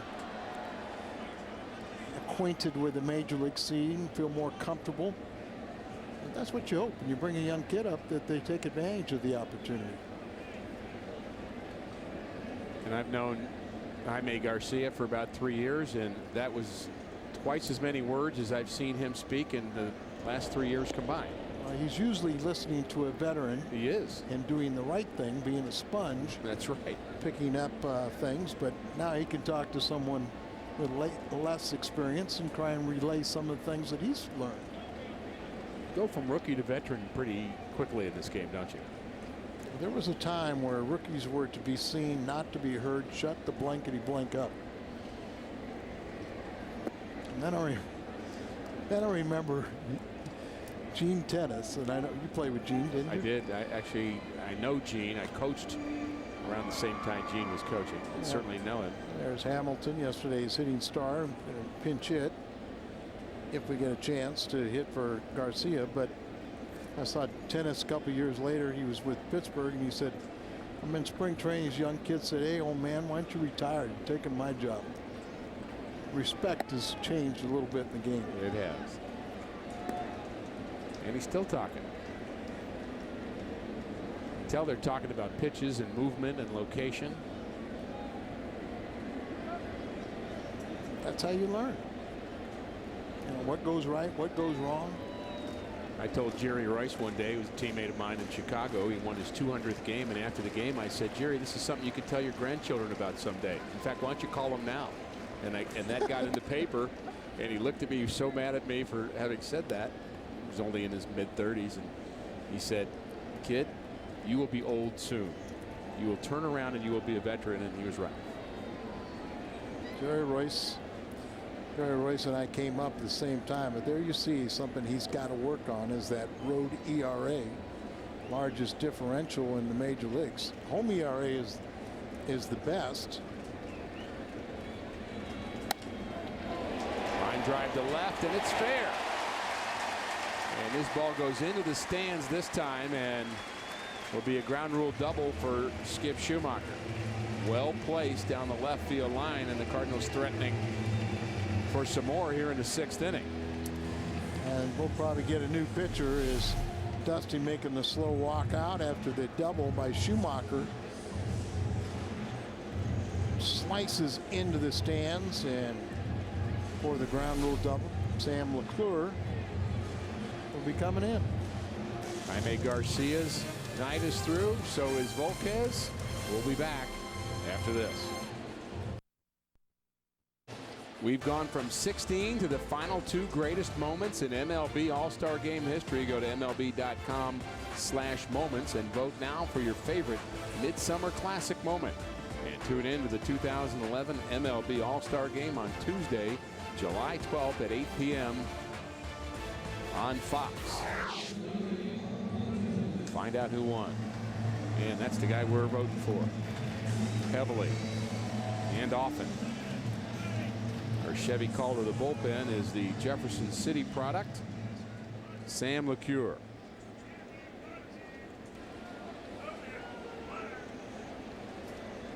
And he will face the pinch hitter, Mark Hamilton, who did a nice job last night.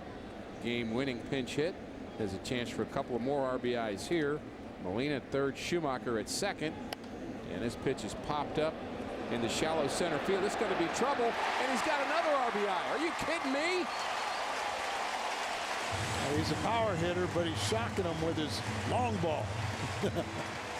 A lot of smiles in the Cardinals dugout. Well, that's what happens when you're aggressive. You go up there and you get another. He got his first pinch hit RBI last night. It was a game winner. Little squibbler that was a miraculous play, but he was safe at first base. Here he just, with the infield in, just muscles it over 15 feet into the grass for a stinging RBI base hit. Is that the first time that anybody's ever had a pinch hit RBI in an important game and his teammates laughed at him?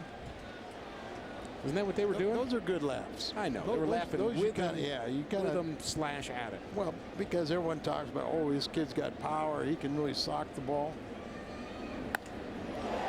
And that ball's hit hard in the gap, and it's down, and it's to the wall. Terrio hits one in the gap. Schumacher scores, and here comes Hamilton.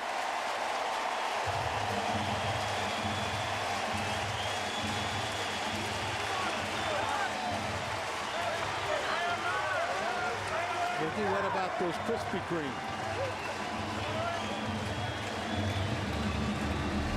Our Nissan drive of the game, Ryan Theriot.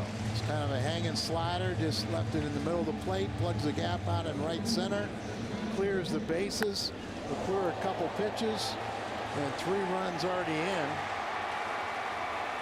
And now we do have our Krispy Kreme. That's the one you wanted. Told you we get it. You know, as usual, Al, you were right. Don't say it too So where often. are they? Oh, we got to get them tomorrow. Oh yeah, $2.99. Awesome.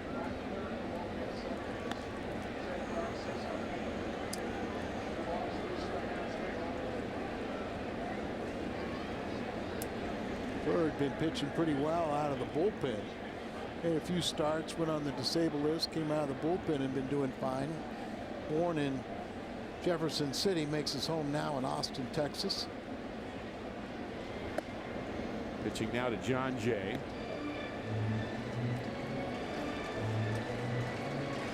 Volquez goes 5 1/3, 7 hits, 7 runs, 6 earned, 2 walks, 3 strikeouts, and 3 home runs. And Dusty can't be happy. McCure played college baseball at the University of Texas, a great program there. He was second team All-American.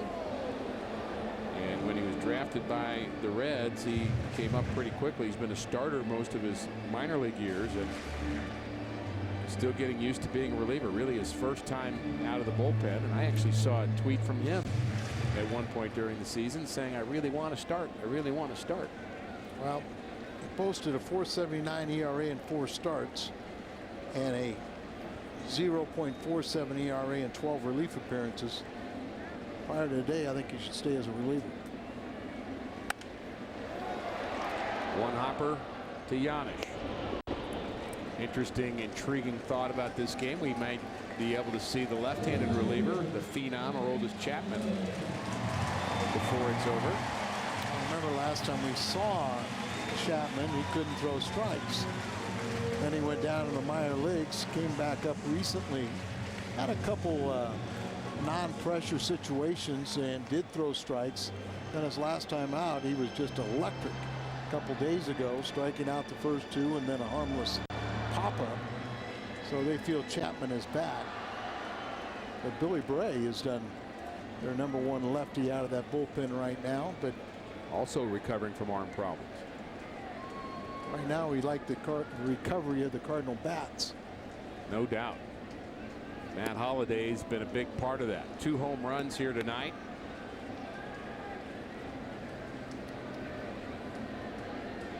Last 3 home run game. Albert Pujols against the Cubs on May 30th. Matt Holliday has never had one. How about tonight? Good as any night. Never say never. One swing.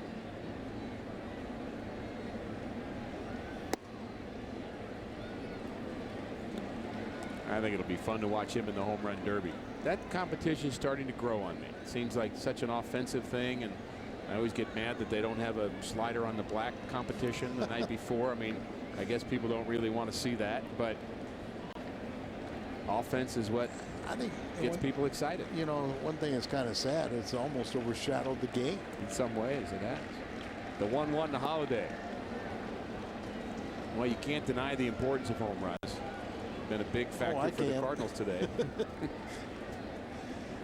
And Dusty Baker might argue with you today. And I could probably attest that I won't watch it. Think Albert will watch it? I think he'll do whatever he wants. He looks pretty casual again. 1-2 to Matt Holliday. A 2-homer night already. Theriot, the runner, at second. The big hit by Theriot. That really has broken the game open a bit for the Cardinals. 8 runs on 9 hits now for the Redbirds. He's got 30 RBIs now as leadoff hitter. Done a very nice job as offensive player.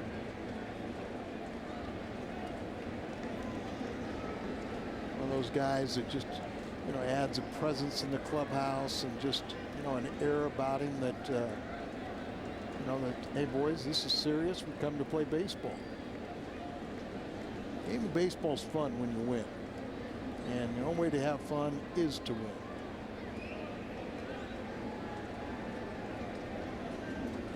The 2-2 to Holiday.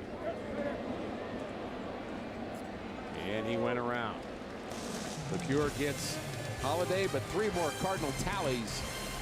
8-1 Redbirds. Comfortable lead on a beautiful night here in St. Louis for the Cardinals. Our carsoup.com email the booth question comes from Chris right here in St. Louis, and Chris wants to know, why are the fans asked to pick a DH for the All-Star game when it's in a National League park? Not aware of this, what this question is even about, but if there's any time to use the DH, it is in the All-Star game. And I just think it's Major League Baseball's effort to make this the fans' game. And we do know this much: July 12th All-Star game at Chase Field is going to have the designated hitter in a National League park for the first time. But they did want the fans to vote on it. Kind of interesting that they had the fans vote on it instead of the manager pick it. But and you know, it's a lot of people believe that maybe one of the little tweaks to interleague play would be to have the DH in National League cities and play baseball in American League cities. John Jay on the run, makes a play. See, that's what a baseball player does. A baseball player uses a glove half the time. Those DH people are half a player, aren't they, Al? Absolutely. Not trying to put words in your mouth, but that's what I think. Well, I could think of some other things that they are, but long running catch into the corner right there. John Jay tracks down another one after a good defensive game yesterday. On your toes, be ready. Hyundai Foxborough Expo Camp.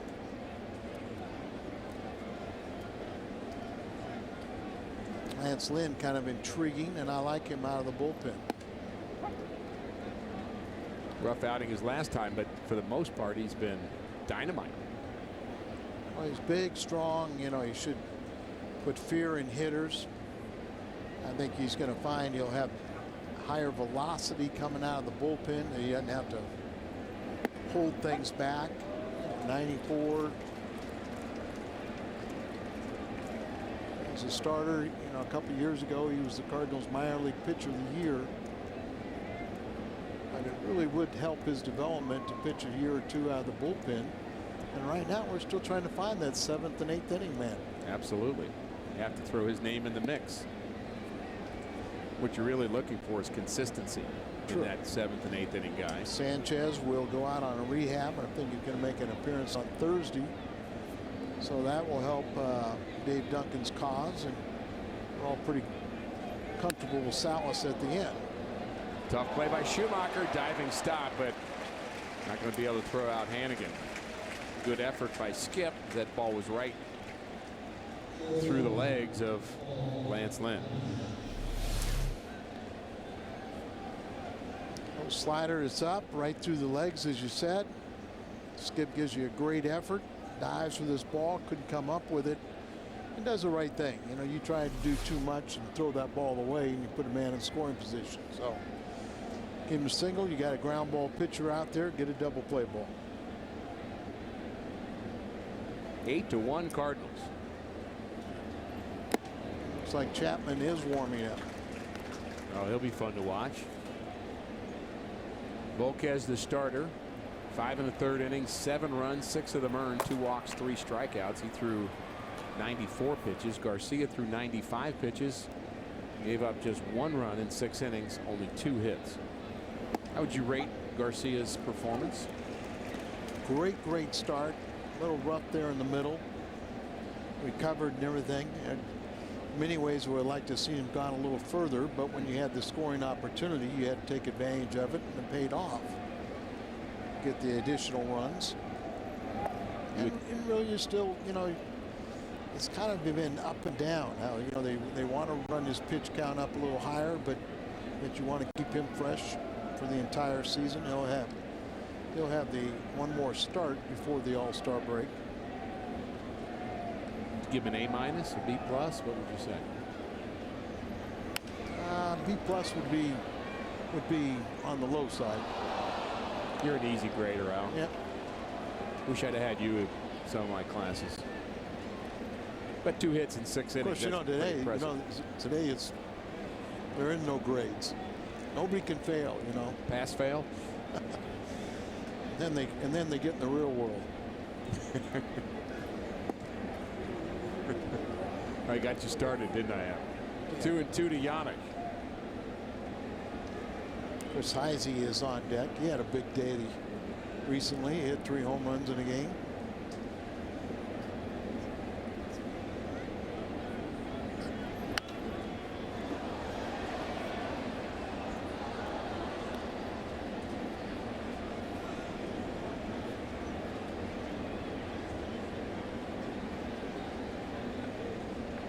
Game time temperatures in the mid 80s.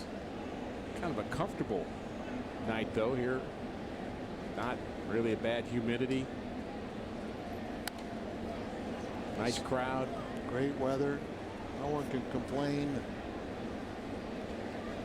Early July with these temperatures. Well, we've had some crazy ones, haven't we? In July and August here at St. Louis. Especially with the old AstroTurf. Still bring your water to the ballpark, though. Thank you, young man, for pointing that out. Popped up on the right side. Tough play for Berkman, and he runs out of room.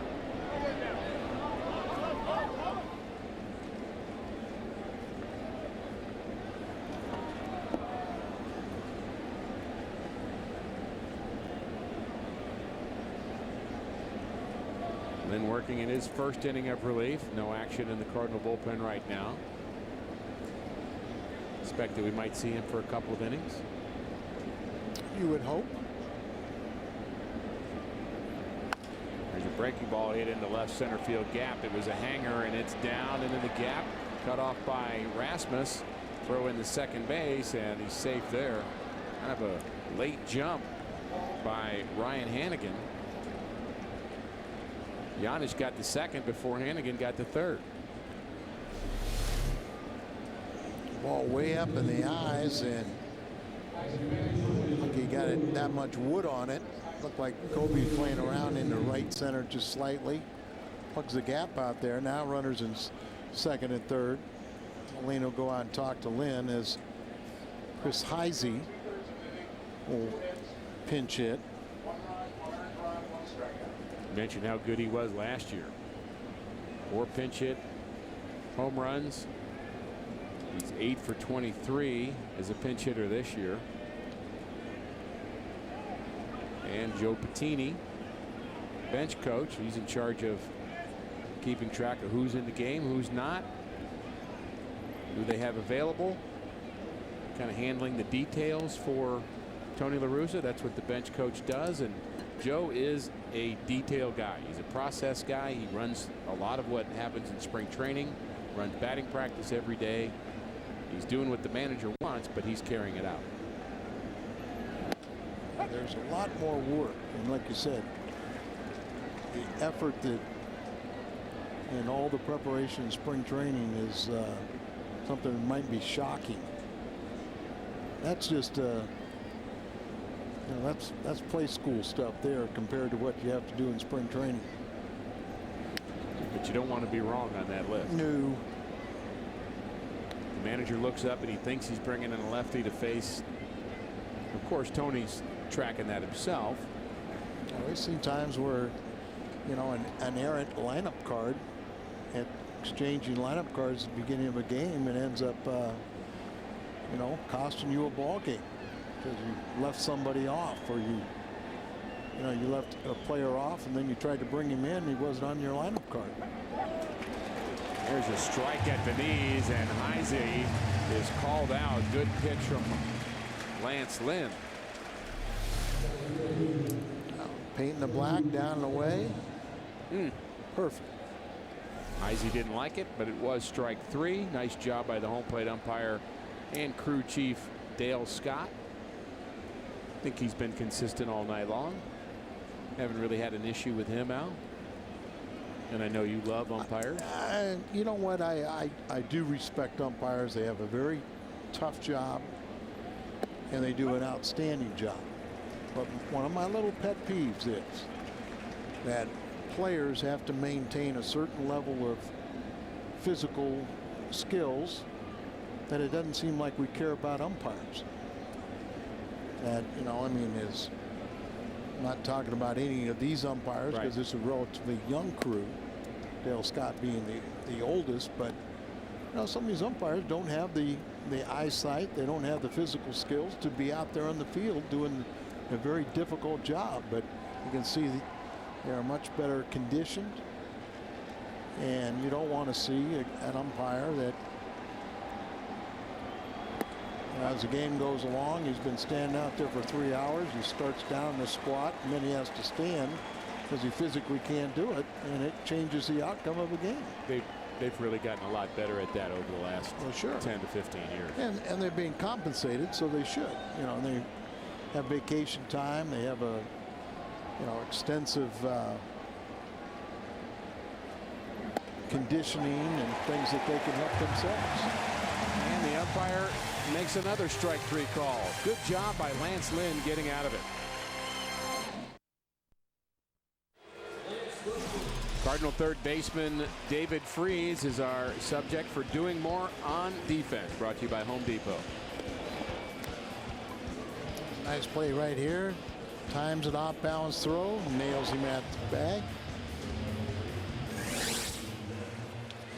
Nice defensive series so far for the Cardinals. There's a man that wants some fireworks. I think I know what he's talking about. There's fireworks from Chapman. Very, very interesting story. The Cuban defector got a huge contract from a small market team. They took a chance and looked like it was going to pay off. Had to get acclimated to baseball in America. Started off in spectacular fashion. Then he couldn't find the strike zone. Last time we saw him in Cincinnati was almost tragic. Put him on the disabled list, sent him down to the minor leagues, got his command back, kind of eased him back, and he has made I think 4 appearances since returning. First 2 were kind of in non-pressure situations. Last one was closing out a victory, but he can throw 104 plus. There's a fastball at the knees, just 100. Berkman hitting from the right side, then Freese and Rasmus. And they're going to have to dial it up quickly. He has a pretty good breaking ball, too. Yeah, he's got, it's more than just that fastball. Remember, they were telling me the first year that he came to the United States, he did not make the ball club, but the very, very long arms, huge hands that really get that whip-like extension and can, you know, follow through. And but they said he had a good breaking ball, but what a culture change going from the United, you know, from Cuba to the United States. Good start. 101 miles an hour, up and in. Especially a ball up there, you know, it's just hard to catch up to it. Well, you really can't look for an off-speed pitch with him. You're just going to have to adjust to it. You're going to have to gear up quickly. No, you look fastball, and then if he hangs one, you got a chance at it. Well, with all the struggles that he's had this year, Al, he's still a great investment opportunity for Cincinnati. You mentioned them going out on the limb to buy him and get him as a small market club, but I think there are a ton of teams that would like to have Chapman. Well, that's why it was very surprising that a small market team like Cincinnati paid the price, and it was what, something like $40 million. But Walt got his ownership to buy into the idea. Sometime maybe they'll make him a starter. But he is probably a player that, you know, most people want to come see pitch because they like to see that you know, that board light up with the triple digits. This ball hit hard to right. Took a little off of that one. 99.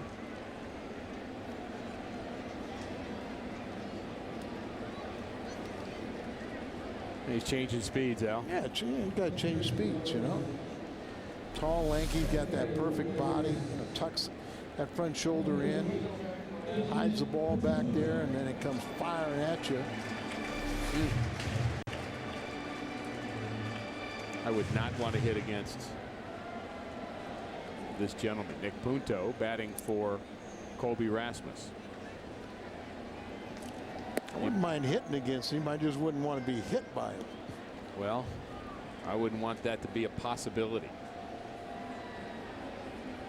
I think lefty on lefty too, it's a little scarier. Ball's coming from behind you. Nick Punto batting from the right side, batting for Rasmus. And Nick Punto, Al, by the way, we talked about Descalzo. You said he's really kind of in the role he should be as a bench player. Punto's a guy that's been an everyday player a lot in his career, and it's going to be tough in the near future to get at bats for him. Well, he's almost the super regular, as he doesn't have a defined position, but he can bounce all over, you know, second, short, third, and plays outstanding defense. 8+ years in the Twins organization for signing with the Cardinals. And you can just see when he is in the field, boy, you know it. You know it, yeah. I mean, he makes plays. Very smooth with the glove, can play a lot of places. The fact that he's a switch hitter makes him valuable. I like his presence in the clubhouse too. We've talked a lot about Terrio and Berkman and Laird, the new Cardinals, but I like Punto too. I think he's a gamer. You see him cheering for the guys that are playing his position, and I mean, he is right there with them. Well, Ricky, we've all seen guys that, you know, they're teammates and they're always bitching, complaining, you know, why is that guy playing and I'm not playing? Ball players know who's supposed to play. Right. And you have to accept your role. And the guys are the good teammates, are the ones that the best cheerleaders, but yet they're always ready, you know, for when they get a chance. Then they can say, okay, I'm going to show you I can play too. But I understand that Terrio, Freeze, Schumacher, whoever it is better than I am, but I can still play too, and I can contribute.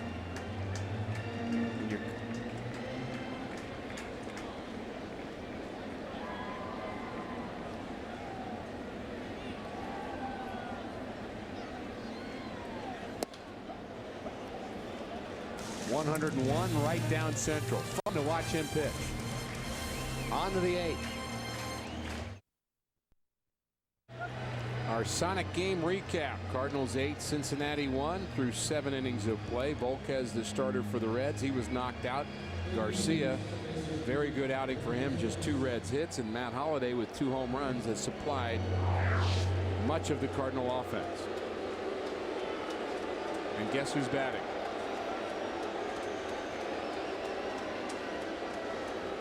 Renteria. Who did you think it was? Oh, I thought it was Phillips. I thought it was Phillips too. Why'd they boo an Edgar? Because they thought it was Phillips. They tricked me. Looking at Matt Holliday. Now the cheer. Now the cheer. Oh, it's that guy. It's our good guy. That's funny. Renteria batting for Brandon Phillips. And he had a good sense of humor about that. He could tell, wait a minute, they're booing the wrong guy.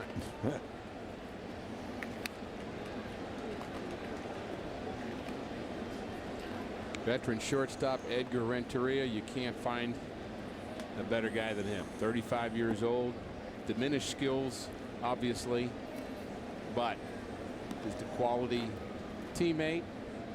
Cardinals really missed him. Leadership, you know, and they have a lot of Latin players, so another guy to provide some serious leadership and teach them how to do things in a professional way. A couple times a World Series MVP.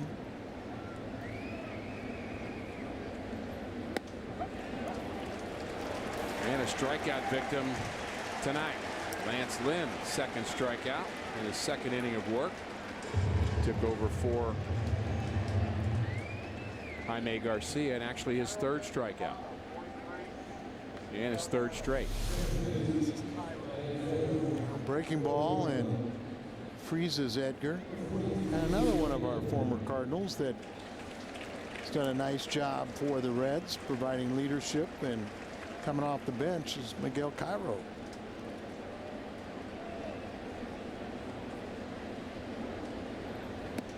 Cairo had some time with the Phillies, and I saw him in spring training one year, and he said that the Phillies have said, if you don't make this team, we'd like you to be our coach.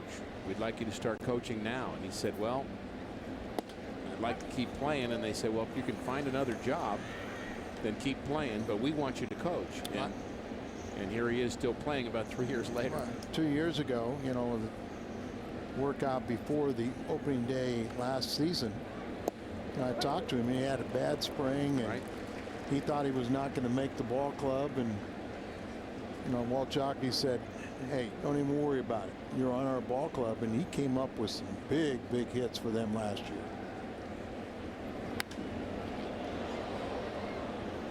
Another guy that really understands his role and appreciates, you know, every moment he's worn that professional uniform, and knows how to act off the field as well as on the field, and provide a lot of leadership for the younger kids. Lance Lynn, 1-2 pitch and another strikeout. That's 4 straight. Lance Lynn on a roll here in the 8th inning. The Cardinals trying to win their 2nd straight against the Reds, and this one was a breaker. Very similar, little breaking ball like to Edgar, but well off the plate, gets him to chase. I saw a little letter to the editor in the Post-Dispatch that Lance Lynn's not long for the Cardinals because he doesn't pitch to contact. He just strikes out people. Dave Duncan won't like him. I think Dave Duncan likes him. I think he does too.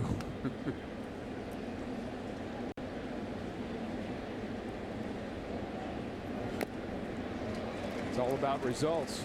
Tony's favorite thing to say, you either do or you don't. Yeah, I mean, what are they going to do? You know, you get people out, you know, they're going to say, well, we don't like how you do it, so we'll send you to another major league club. Now, if you get strikeouts and you will walk a bunch of guys just to get strikeouts, Dave Duncan won't like that. Well, no, true. But he's not walking people. That's right.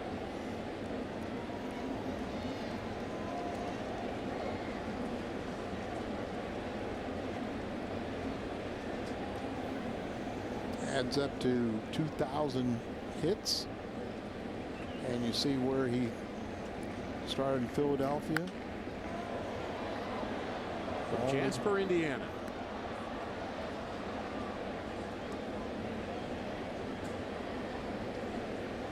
How about this? 3 straight former Cardinals.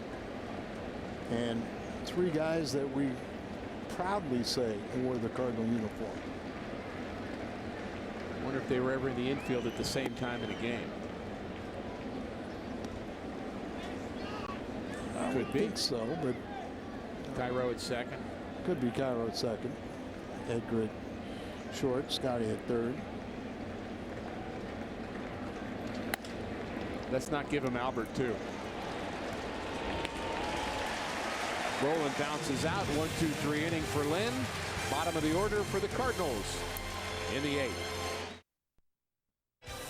Cardinals baseball on Fox Sports Midwest is brought to you by Budweiser. Great times are waiting. Grab some buds. By Bank of America, where ATM deposits are as easy as an infield fly. No deposit slip, no envelope. With Bank of America, member FDIC. And by AT&T. Enjoying a Cardinal lead at a party suite here at Busch Stadium. So many great venues here at the ballpark, including the Champions Club, the party suites. Sometimes you just have to go out and sit out in the bleachers too and enjoy a baseball game. Wholesale changes as Renteria stays in game, plays second. Cairo's at first, and Arredondo now pitching. Jose Arredondo, formerly known as Francisco de la Cruz when he first came up to the big leagues with the Los Angeles Angels. He recovering from Tommy John surgery, got off to a good start, but struggled of late. Arredondo was 150 ERA in his first 13 appearances, and then 6.23 in his last 9. I'm still wondering why he wanted to change his name from Francisco de la Cruz when he was 10-2 with a 1.62 ERA as Francisco de la Cruz. You ever heard of Interpol? Yes. What are you saying, Al? Oh, I don't know, but it just came to mind. It's Tony Cruz. I thought he was still Tony Cruz. The player to be named later. 8-1 Cardinals. Tony Cruz batting for Molina. Then Schumacher. And the pitcher spot. Lance Lynn outstanding in his 2 innings. You got Boggs warming up. You know, sometimes you just wonder why, in today's game, a guy goes 2 innings, not going to be available tomorrow. Let him go 3. Not much of a difference. Good pitch by Arredondo.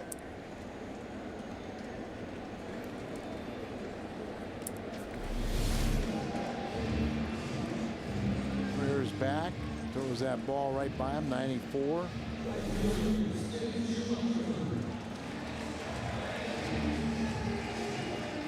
Schumacher doubled and scored in the 6th inning. The Cardinals scored 3 in the 6th after a 3 spot in the 5th inning.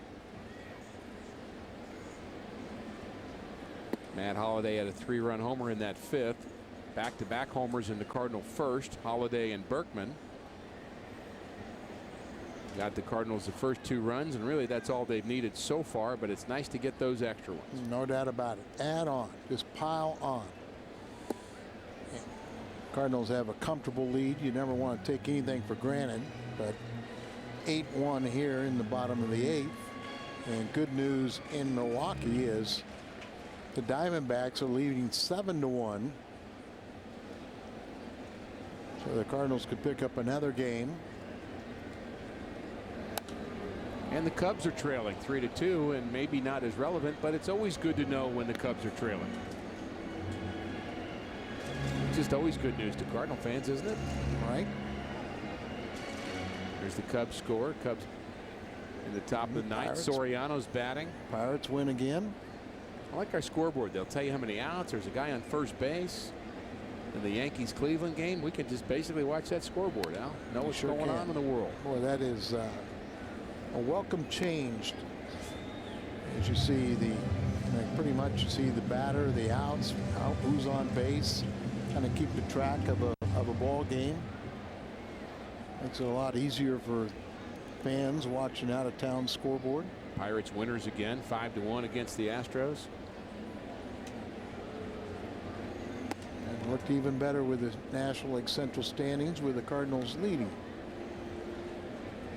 And of course, the way they played the last 2 games, they don't look like anybody could catch them. There's the standings on the right. Cardinals record at 46-40. Milwaukee a game out. Pittsburgh just a game and a half. What a great story that's becoming with Clint Hurdle and the job he's doing. They found themselves a very good closer in Hanrahan.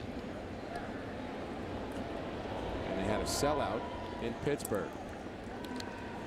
This copyrighted telecast is presented by the authority of the St. Louis Cardinals. It may not be reproduced or retransmitted in any form, and the accounts and the descriptions of this game may not be disseminated without the express written consent of the St. Louis Cardinals. Kind of nice too that you can deplete your bench, get everybody in this ball game, but you're not doing it out of necessity. You're doing to give a guy, your regulars, a little bit of a break. And now the only guy left on the Cardinal bench is, I don't know if he'll ever make it. His name's Pujols. I've heard he has a future. Well, the Reds are really doing the same thing. They're emptying their bench too, but it doesn't quite have the same feel, does it? No. Descalzo, been a very good player, spot player for the Cardinals. Defense has been good. Offense has been good. Roland. Ooh. Can't make the play. All hit, no field.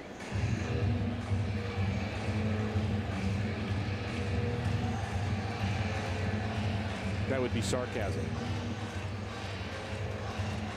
Taken that way. I just don't want to get any letters, Al, from people that think I don't think Scott Rowland can field. So you don't think he can, or? No. I think he's as good as they come.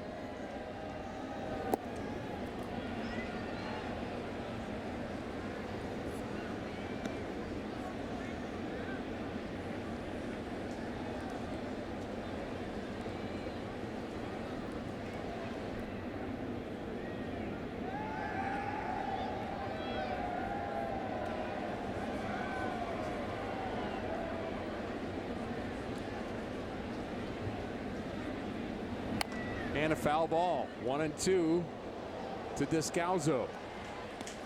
We have a very interesting graphic for you. These are the players on both teams that end with an O. Terrio, Or sound like an O. Well, I wasn't very good in spelling, but I think somebody's worse. That graphic thanks to Keith Korn Oberman in our truck, who is the big O. Last name starts with an O. He's one of a kind, Al. Trust me, I found that out a long time ago. Thankfully. 2-2 to Descalzo. His name ends in an O. And he hits that ball deep to center field. Stubbs, very good outfielder, runs down that fly ball. On to the ninth. Cardinals, comfortable lead. 8-1 Cardinals as we go to the ninth in St. Louis. Coming up after the game on the post-game edition of Missouri Lottery Cardinals Live. Pat Paris will be with both Al Roboski and Rick Horton. Home sweet home for Jaime. Holiday gets an early start on the home run derby and Tony TV. Mitchell Boggs will do the pitching for the Cardinals as we go back to the booth. And Rick and Al, guys. Thanks, Jim. Great job as always. Cardinals just 3 outs away from securing their second victory in a row against Cincinnati in this 3-game series, and Mitchell Boggs on to close it out. 27th appearance, one-time Cardinal closer, very reliable late inning man, and then picked up 3 quick saves, blew a 4th, got banished to the end of the bullpen, sent to the minor leagues for whatever reason, couldn't figure out. We're still working on that one. Yeah, we still are, and in my mind, he is a real key cog in this Cardinal bullpen. You should have some very important innings in the second half. No doubt about it. And on the Cardinals, and the bullpen is, kind of still in flux a little bit. We'd say the 6th, 7th, and 8th, but I think Boggs is definitely a part of that equation. Lance Lynn showed why he's part of that equation. So you gave Garcia an A-. What about Lance Lynn? What grade do you give him?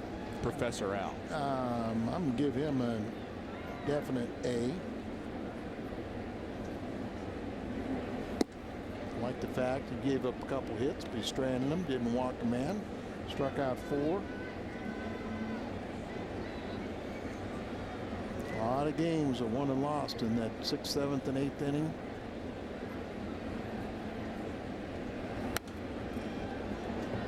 That's an area the Cardinals certainly are working on. They're working to address that. They've made some changes, and really probably some tough changes. You think about Tony La Russa and really the Cardinal management having to decide to part ways with Ryan Franklin and Batista. That was not easy for them to do. I mean, it's a role that typically you'd like veteran guys down there, and the loyalty you have to a guy like Ryan Franklin that was your closer and all-star and did a great job, and things just didn't work out this season for him, but you try to stay with him a little longer than you that maybe you should, or trying to get him back on track. Fly ball to left. Out number 1. That was probably a very, very tough decision for Dave Duncan. That because you always want to see guys that that helped you have previous success. You want to help them to continue, but at some point there is a business and you got to move forward. You think about that decision process, that surely has some input from Dave Duncan, but really between John Mozeliak and Tony La Russa, that decision's probably made at that level, and the coaches certainly give input. But you can fight for a player every once in a while when you say, no, we need to keep him, but you have a boss. You have a boss. Exactly right. And as much as we respect Ryan Franklin, I think it was time to move on. And hopefully in his case, you know, if he still wants to play, he can catch on with somebody else and maybe just get a fresh start, and things will change for him. But probably was time to move on here.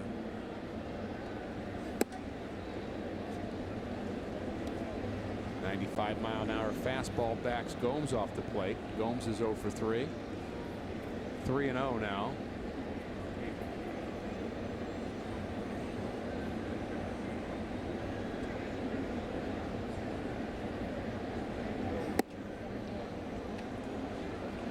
And he walks Gomes with 1 out.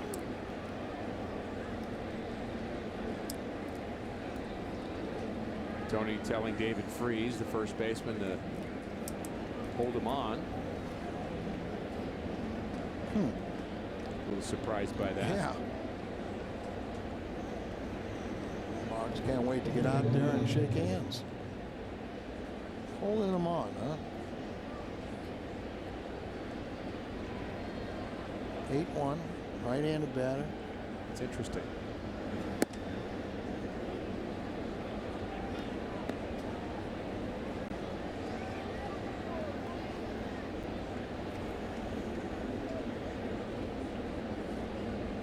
Take a strike here, Al. 4 straight balls.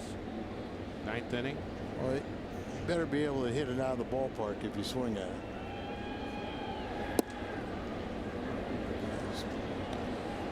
Mogsy having a little trouble with the strike zone, which really missing in the same spot, too. And so that's just sort of, you know, I mean, you just think about throwing from the first base side, throwing across his body, and it's all just going right in on the right-handed batters. Too many more of those, and Mott's going to have to get off his little perch in the bullpen and start throwing.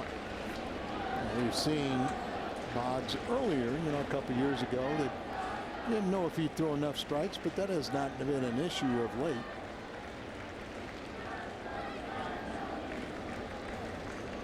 It is a way to the Reds all of a sudden to think, you know, okay, we got a loss, but they're going to let us right back in this ball game.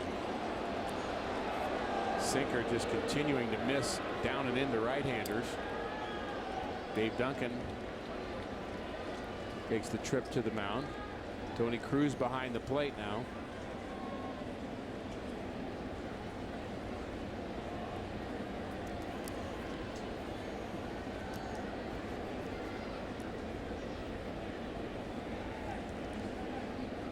Encouraging words from Dave Duncan. Our player of the game is Matt Holliday. Hanging breaking ball. Was back in the first inning. And then we had back-to-back. Later on, he hits another home run. It's up to 12, 4 RBIs in this ball game for Matt Holliday. But it's time to close this one out. Paul Janisch, the hitter. And that's 9 straight out of the strike zone. You get your defense back on their heels. You just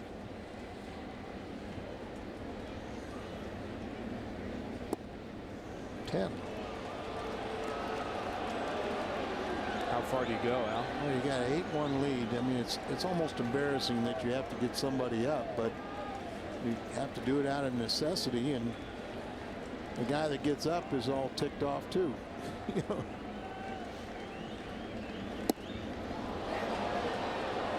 Not even close. 3-0, and he is really struggling with his release point here. Mitchell Boggs has thrown 11 straight pitches out of the strike zone. That is hard to do. And you know, if he throws a strike right here, you know what the crowd will do. They're going to cheer.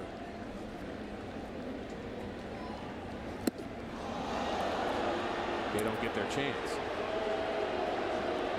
So they boo instead.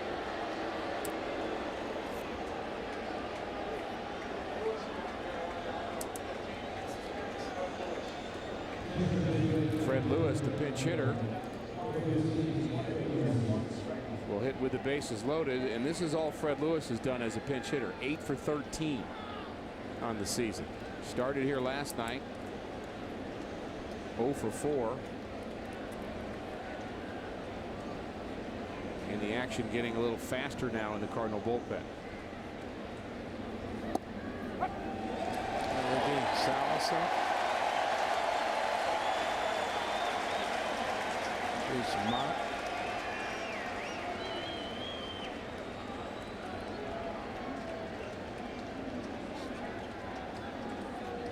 Changes to Salas. Now that's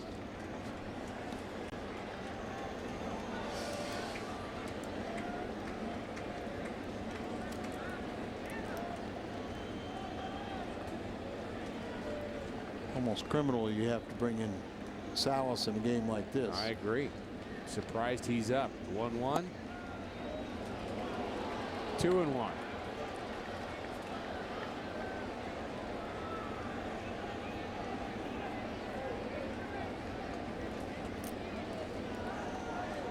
Most comeback wins in all of baseball. Cincinnati Reds and the Colorado Rockies, both with 24.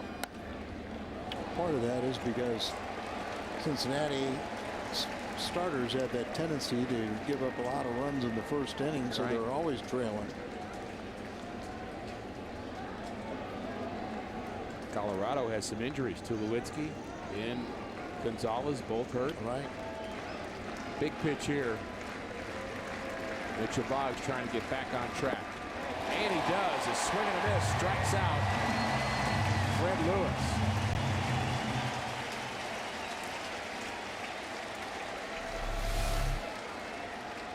Breaking ball goes out of the strike zone.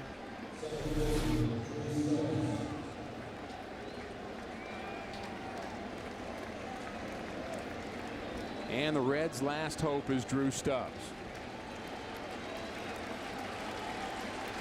A bit of a tense ninth inning for Cardinal fans, but they are still excited.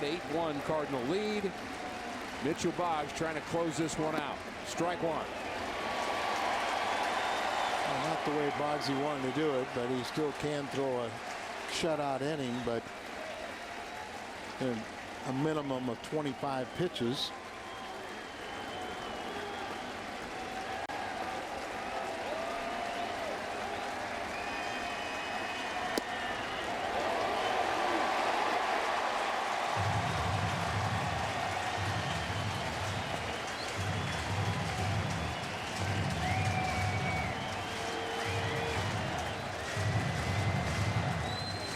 This inning kind of takes a little luster out of a great Cardinal game.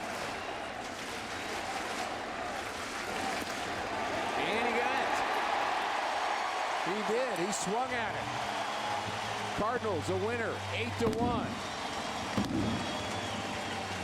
The luster maybe not there, Al, but the end result still a Cardinal victory. Just an outstanding victory. Another series win at home against Cincinnati, but now you want the sweep tomorrow. Matt Holliday, the offensive star. Tony La Russa and his ball club have won the first two, and they have guaranteed that they've won another series against the Cincinnati Reds. It was Carpenter the winner last night. Tonight, Jaime Garcia goes to 8-3. 6 strong innings for Garcia. Plenty of offensive support. 2 home runs from Holliday, and Lance Berkman also homered. The longest home run in Busch Stadium 3 history. 8-1 is the final. Cardinals out hit the Reds 9-4. Jaime Garcia is the winner. Matt Holliday the hero. Cardinals take game 2. Postgame is coming up next. The game is over with an impressive Cardinals victory over the Reds. We're just getting started, though, on Missouri Lottery Cardinals Live. I'll be joined shortly by both Rick and Al. Plus, Albert Pujols makes a miraculous recovery and returns to the Redbirds. Will go inside his hurried pace back. And after another gritty, brilliant pitching performance from Chris Carpenter last night, Jaime Garcia trying to continue his home dominance against one of baseball's best lineups. We'll break it down. Plus, how did he go after last season's MVP? We'll take you inside their matchup. We'll get you inside Busch Stadium for Cardinal player reaction. The always entertaining Tony TV. And happy birthday, P.T. Barnum. There's a sucker born every minute, and they're all watching Cubs Live, but you're sticking around for Cardinals Live next.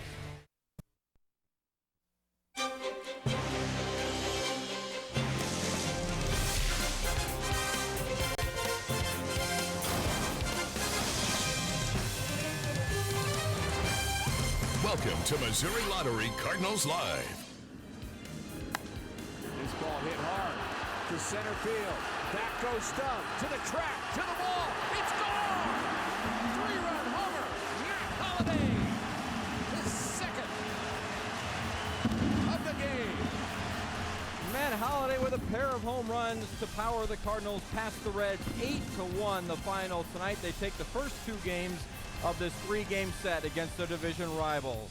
And 36,090 Cardinal fans exiting with smiles on their faces and with the knowledge that their Cardinals are now a game and a half up of the Milwaukee Brewers. Actually make that 2 games up. The Pirates actually jumping ahead of them in the standings for second place. Hello everybody, welcome back inside Busch Stadium. I'm Pat Paris. I'll be joined shortly by Ricky Horton and Al Raboski, who are making their way down from the broadcast booth. It is Missouri Lottery Cardinals Live. Coming up, we're going to break down Albert Pujols' amazing return to the Cardinals lineup. We'll take you inside the Cardinals clubhouse for player reaction. We're going to bring you Tony La Russa's always impressive and exciting Tony TV. Plus, we'll go inside Jaime Garcia versus Joey Votto, and that battle won tonight, obviously, by Jaime Garcia. Remember, you can always tweet at us. The tweet is on. It's FS Midwest is where you need to tweet us. All of your questions and comments concerning the Cardinals, and Ricky and Al help me answer some of those a little bit later on in the show. Let's get right down to the field. Jimmy Hayes catching up moments ago with Matt Holliday, our Mid-America Chevrolet Dealers player of the game. Jim? A pair of homers for Matt Holliday in this one. 4 RBIs on the night. Against Volquez, you got both of them. Is there something you see against him? Not anything particular. He's a really good pitcher, and first one was a changeup, and the second one was a fastball. I put a good swing on it and went over the fence. Today it was announced that you'll be in the home run derby. 2 home runs tonight. Coincidence? I'd say. If I knew, if I could try to hit him and it happened, I'd do it more often, but it usually doesn't work out that way. Albert wasn't in the lineup tonight, but he was activated. How much of a jump do you guys get off that? Huge. I mean, best player in the game coming back to our lineup tomorrow, so it's exciting. I think it's going to be, our lineups are going to be healthy, and it should be fun to watch. And to win 2 in a row over the Reds here to start the homestand? Yeah, it feels good, but we got to keep playing well and hopefully get another win tomorrow. Thanks for the time. Good job. Thanks. All right, Matt Holliday, we send it back to you guys. Jim, thank you very much. Let's start with the highlights and start with that bottom of the first. 2 outs, nobody on. Matt Holliday with a line drive shot to left. 11th of the season for him. Cardinals are up 1-0 off of Edison Volquez. The next batter is Lance Berkman, and he goes yard. First pitch, no doubter. 350 of his career, 23rd of the season. How about this shot? Some 452 feet, much more on that coming up. 2-1 now on the top of the 5th. Bases loaded with 2 outs for Brandon Phillips. Phillips is going to hit a chopper to short. Terrio gets the lead man at second for the 3rd out, and Garcia just out of that jam. Cardinals still have the 2-1 lead. Bottom half now, 2 on for Matt Holliday. And Holliday this time goes center field, second of the night, a 3-run shot. 4th multi-home run game as a Cardinal, 16th of his career, and that makes it 5-1. To the bottom of the 6th, Mark Hamilton facing Sam McClure. The pinch hitter comes through again. This one just a blue hit that gets down. RBIs in 2 straight games now for the Whammer, and it's 6-1. The bench loves it again. Next batter, Ryan Terrio. He goes to the gap in left center. Skip and the Whammer score, and it's 8-1 Cardinals. Skip and the Whammer sounds like good buddy cop movie to me, and the Cardinals are on their way to the 8-1 victory.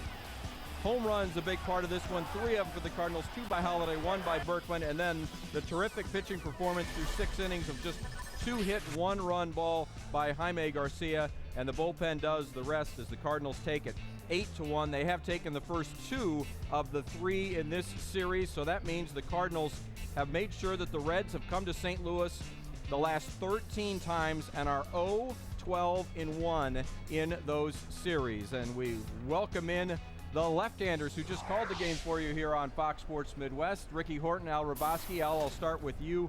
We always look for great pitching, which we got pretty good pitching tonight. Also look for enough offense where there's more than enough with the long balls. Well, you can't emphasize what starting pitching does. And Jaime Garcia came out there in the first inning. He was really focused. He really attacked the strike zone. He set the tone. Then all of a sudden, Holiday and Berkman gave him the 2-0 lead. This was a convincing victory by the Cardinals. Really nice to see them. And, of course, they got a real shot in the arm knowing that Albert Pujols has been activated. And, Rick, that's the irony of the whole thing is Albert Pujols was the only guy that didn't get into this game tonight for the Cardinals, but it was the two big boppers in the lineup that we expect to hit home runs from time to time that did hit home runs. There's some other guys that did get in. David Freese is back, and you're talking about some other players back healthy, and I think that's still been a shot in the arm over the last week. Certainly is. Let's get downstairs. Tony La Russa stepping to the podium. Tony TV brought to you by the Sheet Metal Workers Local 36. Pitching?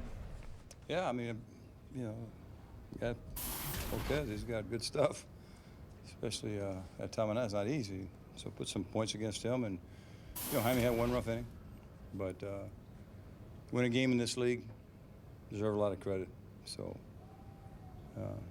he did his part. Jaime get a little bit out of whack in that inning where Dunk had to come out. Yeah, I mean, it just happens. Didn't have to use Albert. Were you tempted to get him out there at any point in time?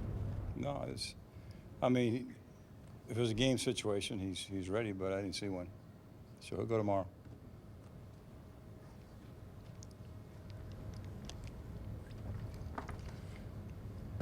Kind of an agonizing ninth inning with Mitchell struggling. Well, it's agonizing because we didn't want to get Salas up.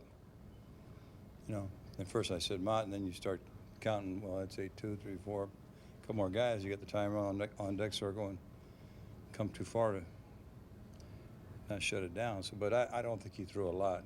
He was going, and then when he got Lewis out, he just stood there. Yeah, I like what you saw in Lynn, though. Yeah. I think what I like about him was the first inning, he hung a couple curveballs, he got base hits. The next inning, you know, I know Dunk talked to him on the bench, and he made the adjustment. That's a good sign when you can adjust. Kind of interesting. Holiday gets a couple, but right after he gets named to the home run derby. Huh. Was he named? Yeah. Well, like I say, that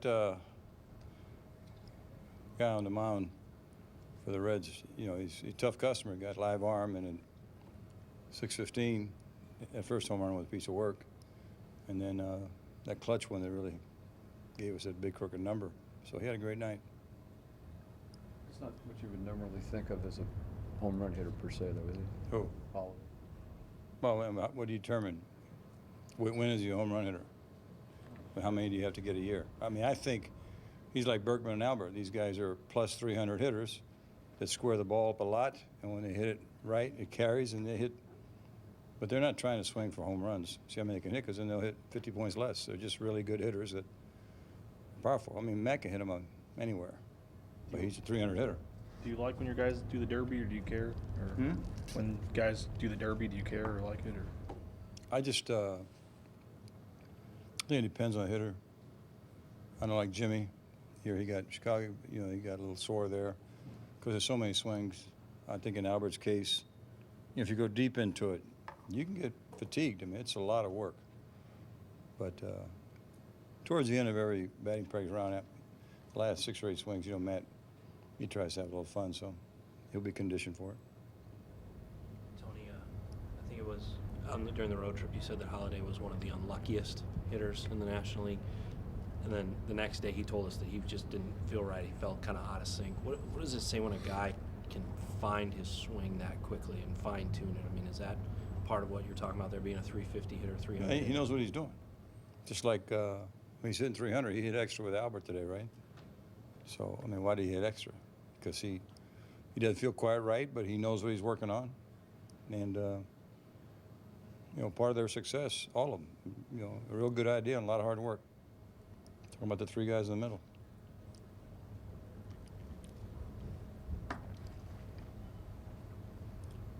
Good to go?